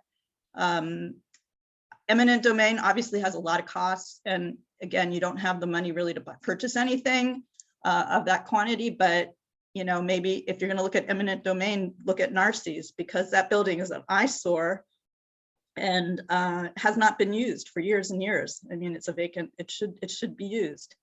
So that's, you know, perhaps on the outside, something to look at. But again, I'm very concerned about the finances, and I would like to see your general manager come back with more detail about his projections on, you know, available resources, because, you know, this year, obviously, you haven't had a full police department, so you have a lot of salary savings, but, you know, we've been promised that you're going to have a full cadre of officers, which we pay for in our additional taxes. And I think you really owe that to the taxpayers. And if you're not, then we need to relook at that tax, because that was specifically to support the police department. Okay. And that's pretty much my comments. Thank you. I just hope folks are following that. It's not for lack of trying. Okay. Danielle, you should go ahead and be able to speak. Can you hear me? Yes. Hi. My first thought is, ideally, if I could have my way, I'd have the public safety building be empty and you guys build a brand new building with the fire district at the south end of the park right on Arlington. But since I probably won't fish my wish there, my thought was, what about 131 Lawson, that gigantic concrete cinder block behemoth that everyone calls the observatory, and it's been on the it was up for sale like the last half of last year, and then they took it off and it still hasn't sold. But it's 8,600 square feet and 8 beds, 6 baths, and it's got a long driveway, stuff to do. So I just thought of it now, so I thought I'd share. Thanks. Thank you. I forgot about that property. Okay. Kevin Padian, you should be able to unmute yourself. Thank you, Sylvia. You're asking me? Yes. Thank you. I have to disagree with Gail Feldman and anyone else who thinks that the two departments can fit into a renovated public safety building. There are manifest laws and codes that have shown they have been triggered by the seismic upgrade that we're required to do to save our firefighters' lives. We cannot go there. I believe that if you're going to consider any place, the main person I would listen to is your police chief, who has determined that he needs 2,500 square feet. If you think you can, I mean, the 303 can do that. We determined that. If you go to the annex, how many square feet is the annex? Does anybody know? It's not 2,500. So that means it's going to be a tear down, a new foundation, an EIR, and everything else. And all the scenarios that Jim Watt was screaming about with police cars careening out of the driveway and running over little kids. You know, this is what's going to happen. You may just want to put the staff in there, but you still have to find a place for the police department. And the police chief and the fire chief, as you know, are on record saying they do not want to have their force and their staff in a different building. I think it's really a good idea to think about 303. And the other thing is that you have to figure out what's going to happen when we have to start renovating the public safety building. That is going to be triggered by construction cost and schedule as much as anything else. We cannot go indefinitely because construction costs are increasing so fast. And last night, as I think Sylvia might have heard, but I don't think the others attended, if we get to a certain point of construction cost increases and loan increases, we will not be able to renovate the public safety building. If that happens, both the police and fire are out of business. Out of business. And that means that you may have to get all your fire services from El Cerrito. And who knows where your police will come from. So I urge you, please listen to Chief Gankas. He is the smartest guy in the room. He knows what he needs. Thank you. Thank you. Okay, last call for public comment. All right, we're going to go back to the board. I would like to sum up a couple of things. I think there's agreement on the following. The East Bay Mud properties, other existing properties, some of which have been specified today. One is 388 Calusa Circle, 153 Oakview, 131 Lawson are all addresses that have been mentioned. And of course, anything else that the general manager or a broker might come up with that could be helpful. And of course, I think given the fact that we already own these properties and that we would have a lot more control are the current properties we own. I'm still of the opinion that we don't need an ad hoc committee at this point, but I'd like to ask Director Sharis-Watt what in particular she might want to either direct the general manager or what the concern would be about an ad hoc committee for the properties that we do own. The idea would be that the ad hoc committee would bring back suggestions for improvements to those buildings specifically, that a way to go forward. Because it is my understanding that, let's say the annex, if we're going to improve the annex, we're going to need to follow certain steps along the same lines that we did when we improved the community center. There's going to be a seismic evaluation and probably an examination by an architect, maybe some drawings, some that we already have a pest report on the annex that isn't too out of date. But that could be bundled and presented to the board for, along with other information that is brought by the general manager. I think we might be a little bit premature for that at this moment. I think there's just still too much to know, but I think if we start to go there down that road, we might need to do that like we did with the community center to really just be able to take on. But I think with the general manager and the staff and hopefully some outside help right now, we may be okay, but we can revisit it again in a month or two and see how we're doing. That's my opinion. If somebody else wants to, bring out that question to have a separate vote on it, that's fine. I just think we may be a little bit early I think we should let the staff, spend some time on the question first.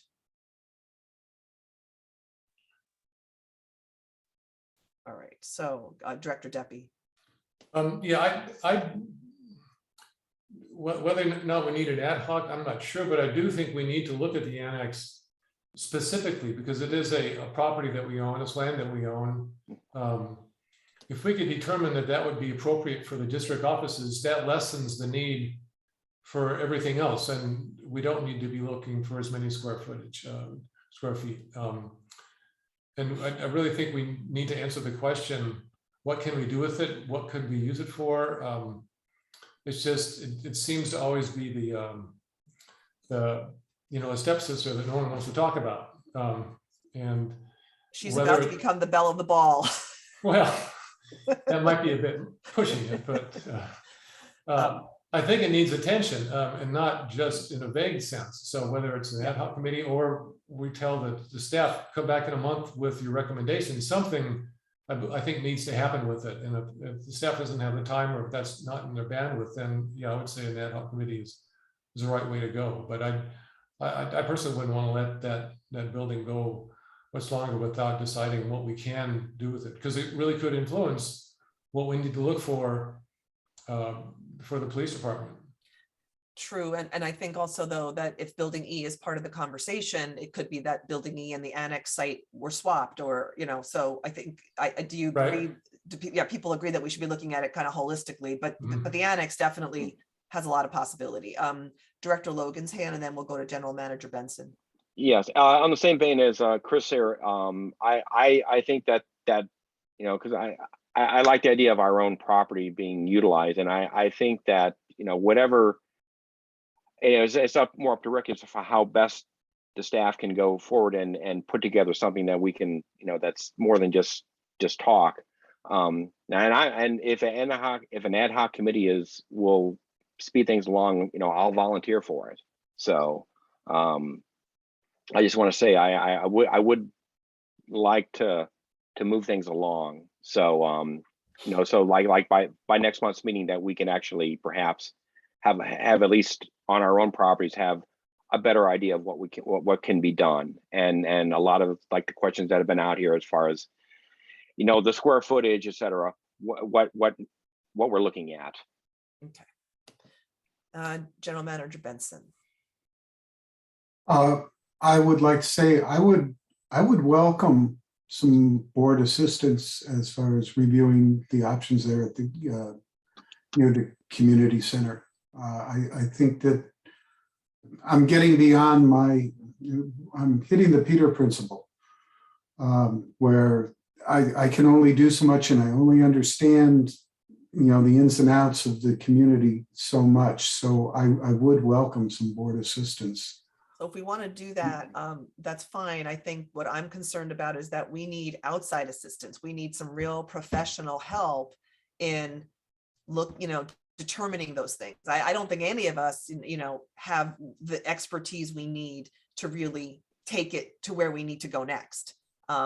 That's my concern. My concern is that, you know, we just need outside help at this point. So Director Natoli. You're muted. I think an ad hoc committee is in order because some of these ideas have been floated as long as last summer and they haven't been acted on. And I think by having an ad hoc committee pushing some of these ideas will get it done. I don't disagree about the need for professional help, but I think we could have moved a lot faster had some of these ideas that were thrown out much earlier been explored more fully. Okay, well, we have one volunteer. Rachel, did you want to be the second member of that committee? Yeah, I'm happy to. All right, unless there's another director would like to. Well, I mean, I don't want to displace Mike, but Rochelle and I have worked on this, you know, before. We put together that initial presentation. So I don't want to take you know, something away from Mike, but I'd also be willing to offer to do it. So. Well, I mean, I'm just offering my, you know, I want to get moving on it. I want to, you know, if, you know, that's fine. It just, if two board members are working on it, I'm happy about it. Okay. Well, that's the sense of the entire board, that we need an ad hoc committee and we need it now. And Director Shara-Swat and Director Deppie will continue working on this as they have in the past. Then I think we need to make that motion, but we also need to be really clear on direction to the general manager on the items. So I want to make sure there's agreement on what my summary was. The summary was the East Bay Mud property, a series of, you know, other existing properties, some of which are named but broad, and then of course the annex, building E, and any other property that the district owns. Everyone is agreement on that, correct? That's for the direction of the general manager. And then I don't know, General Counsel Dan Morris, if we have to make a motion to establish an ad hoc committee. We have had an ad hoc committee before for this, but it's may have, you know, I don't know if it's sunsetted with the previous board. We had an election since then, I think. So I think you should have a motion establishing a new ad hoc committee. I think any ad hoc committee should not last as long as that one would have lasted if we were to consider it still active. Right. Director Shara-Swat. Is it possible that we divide into sort of where Vice President Logan and Director Natoli examined the East Bay Mud property, and East Bay Mud properties, and the GM looks at, because we're going to need professional evaluation for other properties, and then Director Deppie and myself take care of the park buildings. Can we? Is that too messy? You can have one motion that establishes the ad hoc committee for the annex building, which would be, I assume, you and Director Deppie, and a second motion could delegate those other tasks as you indicated. Okay. Assuming that the parties involved are willing. Because there's a lot of work here, and I just thought that, Could the annex also include building E? Sure. I guess I'm just a little concerned that we're stepping into staff functions, and I'm a little uneasy or concerned what the role of the ad hoc committee members are going to be versus the staff, because usually ad hoc committees have meetings, or doing staff work is, we've worked really hard sort of not to do that. So that's my concern about the whole thing. Like, this is now 2 ad hoc committees doing staff work, it sounds like. Well, honestly, yes, but we just don't have staff, and we're in the middle of, and unfortunately Rick is at a distance and we're not. And, I wish he's worked really hard. This is clearly no commentary on anyone's work ethic. It's just, I'm familiar with these buildings. Director Deppie's familiar with those buildings. The annex is 1,772 square feet. Building E, I can present you the drawings next month, that kind of thing. It's just, we're closer. And yes, absolutely, ideally, this would all be staff work. Well, I would ask that the ad hoc committees really work closely with the general manager, so that he remains at the center of what's happening and is fully informed. And again, we've done this before. We had ad hoc committees, and I just think we need a lot of professional help to make this happen. So I still have reservations, but there's a clear sense of the board that folks want to get boots on the ground and directly involved in this. So I'm going to defer to the general manager and to other board members on this. So the first motion is to establish an ad hoc committee that would specifically look at, let's say, district-owned property, which in particular, we're focusing on building E and on the annex. And I want to remind folks that the general manager's memo did talk about being cognizant of the Kensington Community Council's role there and programs. And I know Directors Sheriff-Watt and Directors Deppie are aware of that too. So before there's some kind of, public panic, I think we are very well aware of the role that has been played before, but we do have a very important task for the district. But it was part of the manager's memo to keep that as a consideration. So that's the motion, is to establish an ad hoc committee to work with the general manager on district-owned property, and the members would be Director Deppie and Director Sheriff-Watt. Do I have a second?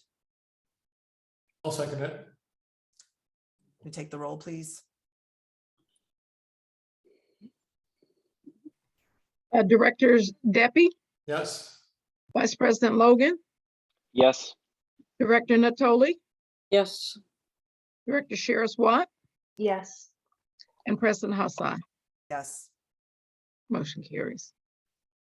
We have a second motion for an ad hoc committee to look at the East Bay Mud property, working with the general manager, to be made up of Directors Natoli and Director Logan.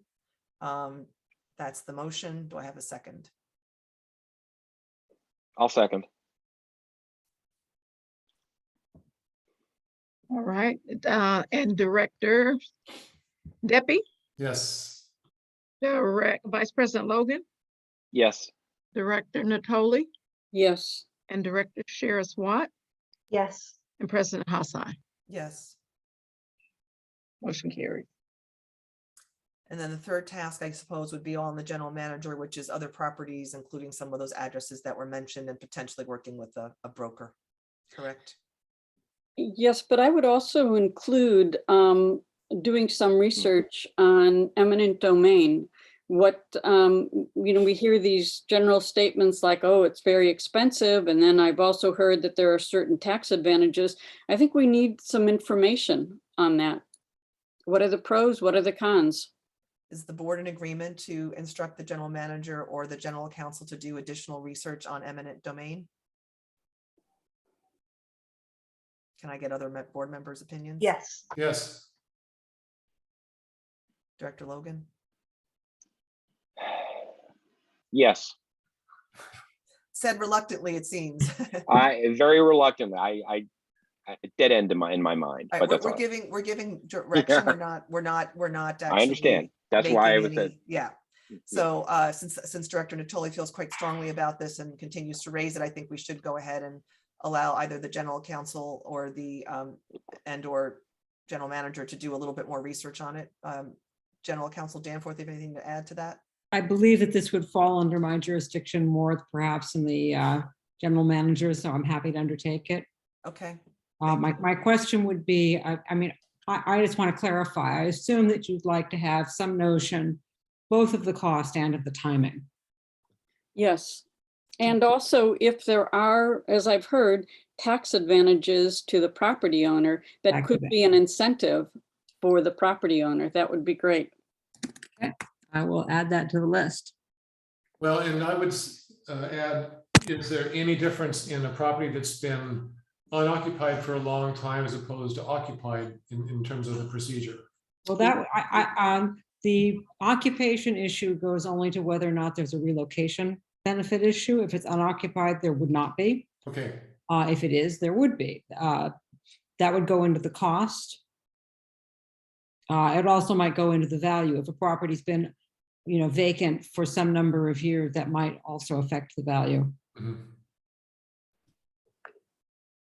All right, we'll move on to the last item on our agenda, which relates. Excuse me, could I just ask one other question with respect to that? Sylvia, maybe you included that in the motion for the general manager, but are you talking about both the Hendrickson office and also the 158, which I think is the adjacent building?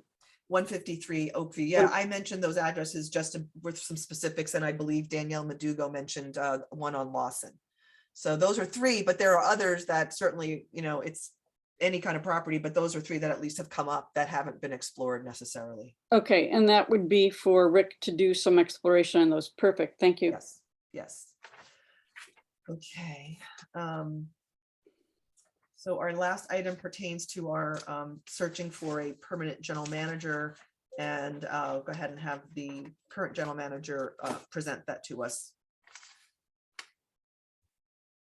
Thank you, members of the board. First of all, I was hoping to have more information for you regarding some of the potential costs and potential things that could be done. I'm waiting to hear from CalPERS, and I haven't gotten back the information that I need to really narrow down the costs on this. But I did want to lead some discussion with your board regarding finding a permanent general manager. It's important for your district to have someone who's in the position, who is invested as part of the district and plans to stay there for some time. And so far, the search has been very difficult. In talking with our representative from CPS, who is out there doing the recruitment, it's come to both of our thoughts that really the way it's structured is hindering us as far as what our ability to get a new manager. The things that are working against us are, first of all, that this is defined as a part-time job with an hourly rate of pay. That is highly unusual to have an hourly rate of pay for a somewhat high-level administrative position. That just rubs things kind of the wrong way and probably shuts the door for some candidates right off the bat when it shows up as an hourly rate of pay. Solution on that is it could still be defined as a part-time position, but you could define it as a salaried position. And that happens a lot within different public entities. They do have part-time salaried positions. I've worked with a very high-level county official who is a part-timer, but it was salaried. Since it is hourly, there really is no vacation type benefit built into it. If your district manager who is working for you part-time wants a vacation, yeah, he and she can do it without pay. And I think that's another stumbling block for attracting talent into there. So the solution on that one is pretty simple. Include a vacation allotment within the job description. The one that's really been stifling is the no retirement benefit. With a further stipulation that a PERS retiree can only be hired in a temporary role. We are experiencing the worst of both worlds as far as PERS. The position is not got a pension through PERS, yet PERS refers to us as a PERS agency and really limits what someone can do. And that's the area that I was hoping to have more information for you. But we need to look at, or it's my belief that we need to look at granting a PERS retirement benefit. And this, the cost of that has to come from PERS, and also how that would affect other members of the staff. If you grant a PERS retirement to your general manager, do you also have to have the rest of the staff be included in PERS? That could really throw off some of the numbers. If that's the case, then a possible solution is then to establish a 457 retirement plan. That's what we use in the public sector, but with a district, perhaps with a district match towards the retirement, so that there is a retirement benefit in there.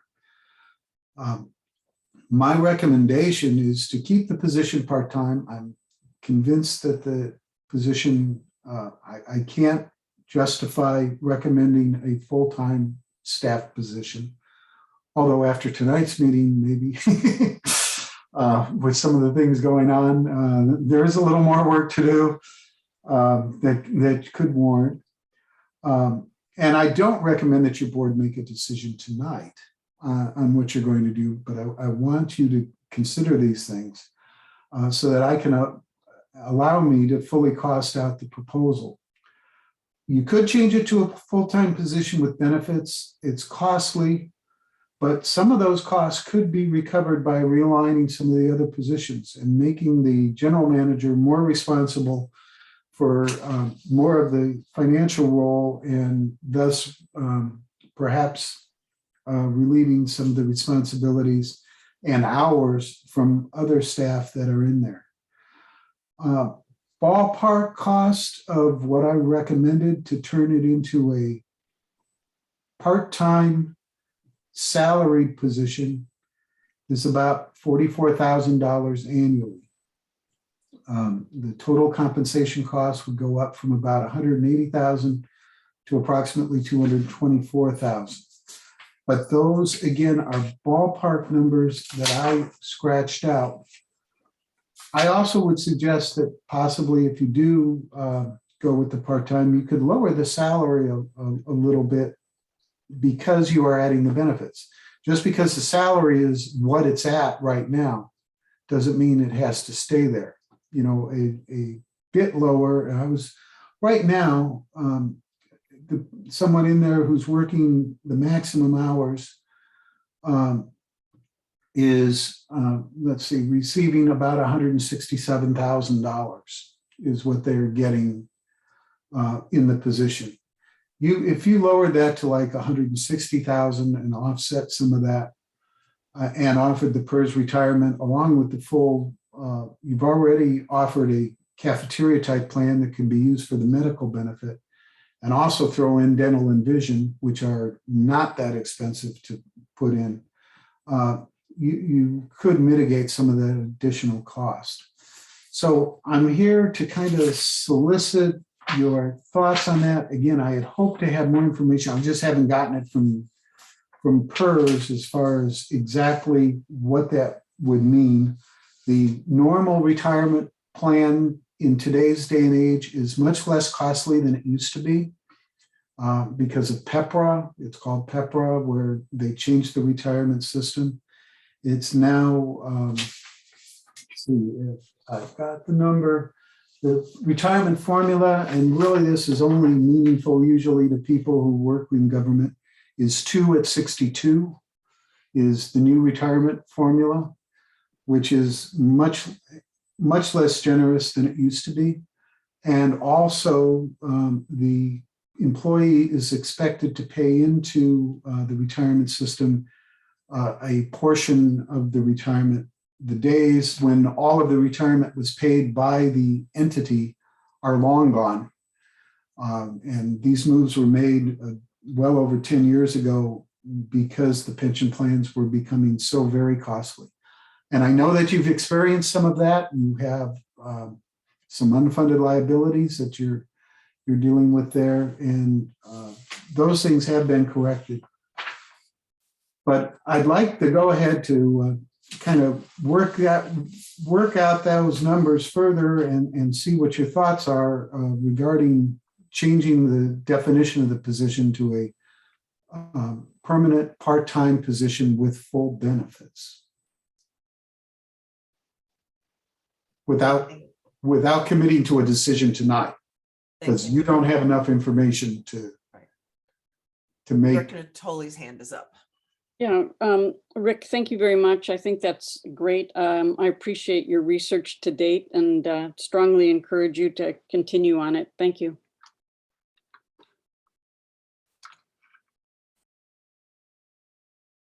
Director Logan, did you want to say anything? No, so at this point, I mean, Rick is talking about putting, in a sense, getting more detailed numbers. I mean, what he presented, I think it makes perfect sense as far as the options, and I'm ready to look at those options and those numbers, and you know, we can make a decision. Yeah, I think that you're looking for some just general feedback, and I would agree that these various options, none of them seem, you know, some of them seem really very helpful, particularly the salaried versus hourly, for example. And I would like to see, you know, more analysis and some more detail. But I think overall, in general, we know that we haven't been successful. We are in a very competitive market, not just for police, but for every kind of profession. So I agree that generally this is an area I would like to consider, see you continue researching. Anyone else have a comment? If I may, once I get the information from PERS, again, this is, to me, my opinion, the second most important thing you're doing. The first most important is finding the new location. But you need to have someone in the position. It's very difficult to keep transitioning folks going on. If I get the good information from PERS that I need, with your permission, I'd like to present that to your board, and we'll probably ask for a special session when I do have the full picture, so that your board can consider it, so that we can give our recruiter the green light to go out and change the approach that she's making in trying to get a new permanent manager for the district. Okay. Director Saraswat. My only question is, my understanding is that we can't discuss salary at a special meeting. Is that right, Anne, or am I?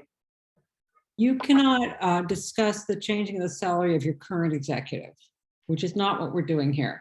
In any event, you would most likely be making any official change in connection with negotiations with a candidate.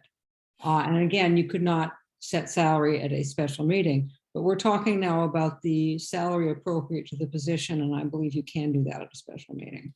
I also believe, is this, the range of the salary is that changing in your opinion, Rick? Or are we working along the same range, or we may actually be, you're saying we're going to be increasing it? I was working along within the parameters of your current range for the salary.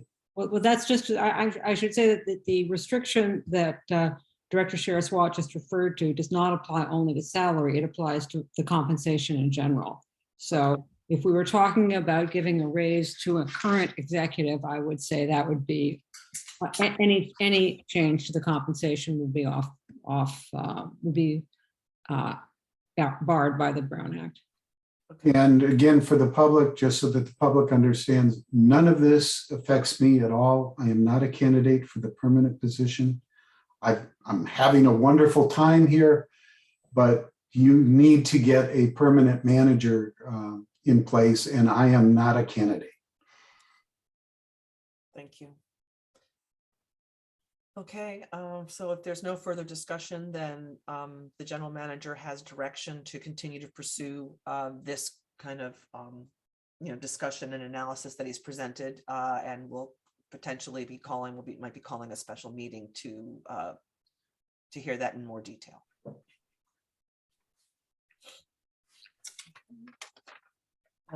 That's the end of our discussion and action items, and now we're going to open up for director comments. Any other director comments, announcements? Then the police chief, if he's available to give us a report, if that's something he would like to do this evening and is prepared to do, then Chief Gankaz, you can do so. Good evening, members of the board. Can you hear me? Yes. Yes. Wonderful. Yes, I submitted a monthly report. It's complete, and you should be receiving the monthly report within 1 to 2 days. So I'll keep it brief, considering we're getting into the later hours of the evening. I would just like to take a moment to introduce 3 new employees. In the past, we've done this in person. With COVID and a recent employee that was ill, I've decided not to assemble the entire staff in one room. That would be pretty dangerous. So I'll just give you a little background on the 3 employees, and that'll be the conclusion of my report. First officer I'd like to introduce is Officer Megan Farley. Maybe some of the public has seen her out in the streets. She's the newest member of the Kensington Police Department. Megan graduated from Chico State in 2012 with a bachelor's degree. After college, she was hired by the Solano County Probation Department and signed pre-sentence investigations. For 6 years, Megan saw the adjudication of all cases in Solano County. In 2018, she took a job with the DMV. She investigated stolen vehicles, odometer tampering, and driver's license and handicap placard fraud. In 2019, she went to the police academy, was quickly hired by the Dixon Police Department. She worked in the patrol division for a year before seeking employment at a better organization, and we were lucky to find her. Megan is excited to serve the community of Kensington and looks forward to applying her 8 years of knowledge working in law enforcement. She lives in the Bay Area with a family, and we're very lucky that she's part of our team. The second officer is Officer Dustin Siebert. He started his career in 2006. He attended the Napa Police Academy. He's worked for the Memphis Police Department. He worked South Patrol Memphis until 2011. Him and his wife moved back to California after his wife accepted an opportunity of employment here. Dustin took a job and has worked with the Paradise Police Department and the Dixon Police Department. He's been a field training officer, a canine officer, and he's been recognized for his outstanding performance. And he's received several medals, to include the Medal of Valor, along with 2 Chiefs commendations. Dustin is a great asset. He brings 15 years of experience to the district, and he's a welcome addition to our team. And lastly, Jason Haynes. He's a retired captain from the Sheriff's Department, retired after more than 20 years. He supervised professional standards, which included recruiting, backgrounds, evidence, and hiring. Right now, he's overseeing the implementation of special projects for the police department, including auditing our evidence room, disposing of firearms, and reviewing applications for police officer. He's working part-time in a non-sworn capacity. He lives in the Bay Area with his son, Nolan. I would just like to say that program, and that's the disposal of some 42 firearms that were in the public safety building in the possession of the police department dating back several years. And I think that's a very important thing that we're doing, is getting rid of all those weapons. And that'll be done tomorrow out of Crow's Landing in coordination with the Moraga Police Department. So there'll be some photos and some information provided in next month's monthly report on how significant that is for the district. That's all I have. Thank you, Chief Gancas. Thank you. And congratulations and welcome to our newest officers. I have a feeling the city of Dixon is not very happy with us right now, but but yes, thank you. And that's really great news. And then our general manager has the opportunity for comments. There's really nothing to report to you at this time that we haven't already discussed this evening, other than that your staff is back up to speed. We had all of your administrative staff, all three of us, came down with illness, and but we're all back, and we have had a couple of hiccups, and some of that was reflected in tonight's meeting, that we weren't able to get everything done just right, but we're all back at work and feeling fine. Thank you, and glad to hear it. So our next regular meeting is scheduled for March 10th. And we'll look forward to updates on the hot topics of today's meeting. And I wish our ad hoc committees the best of luck. I'm happy to also help. I guess I really can't, but in any case, good luck to everybody, and good evening. Thanks to the members of the public for attending, and to my fellow board members for, as always, great discussions and everyone's time and service. Have a great evening. Good night. Bye-bye. Good night.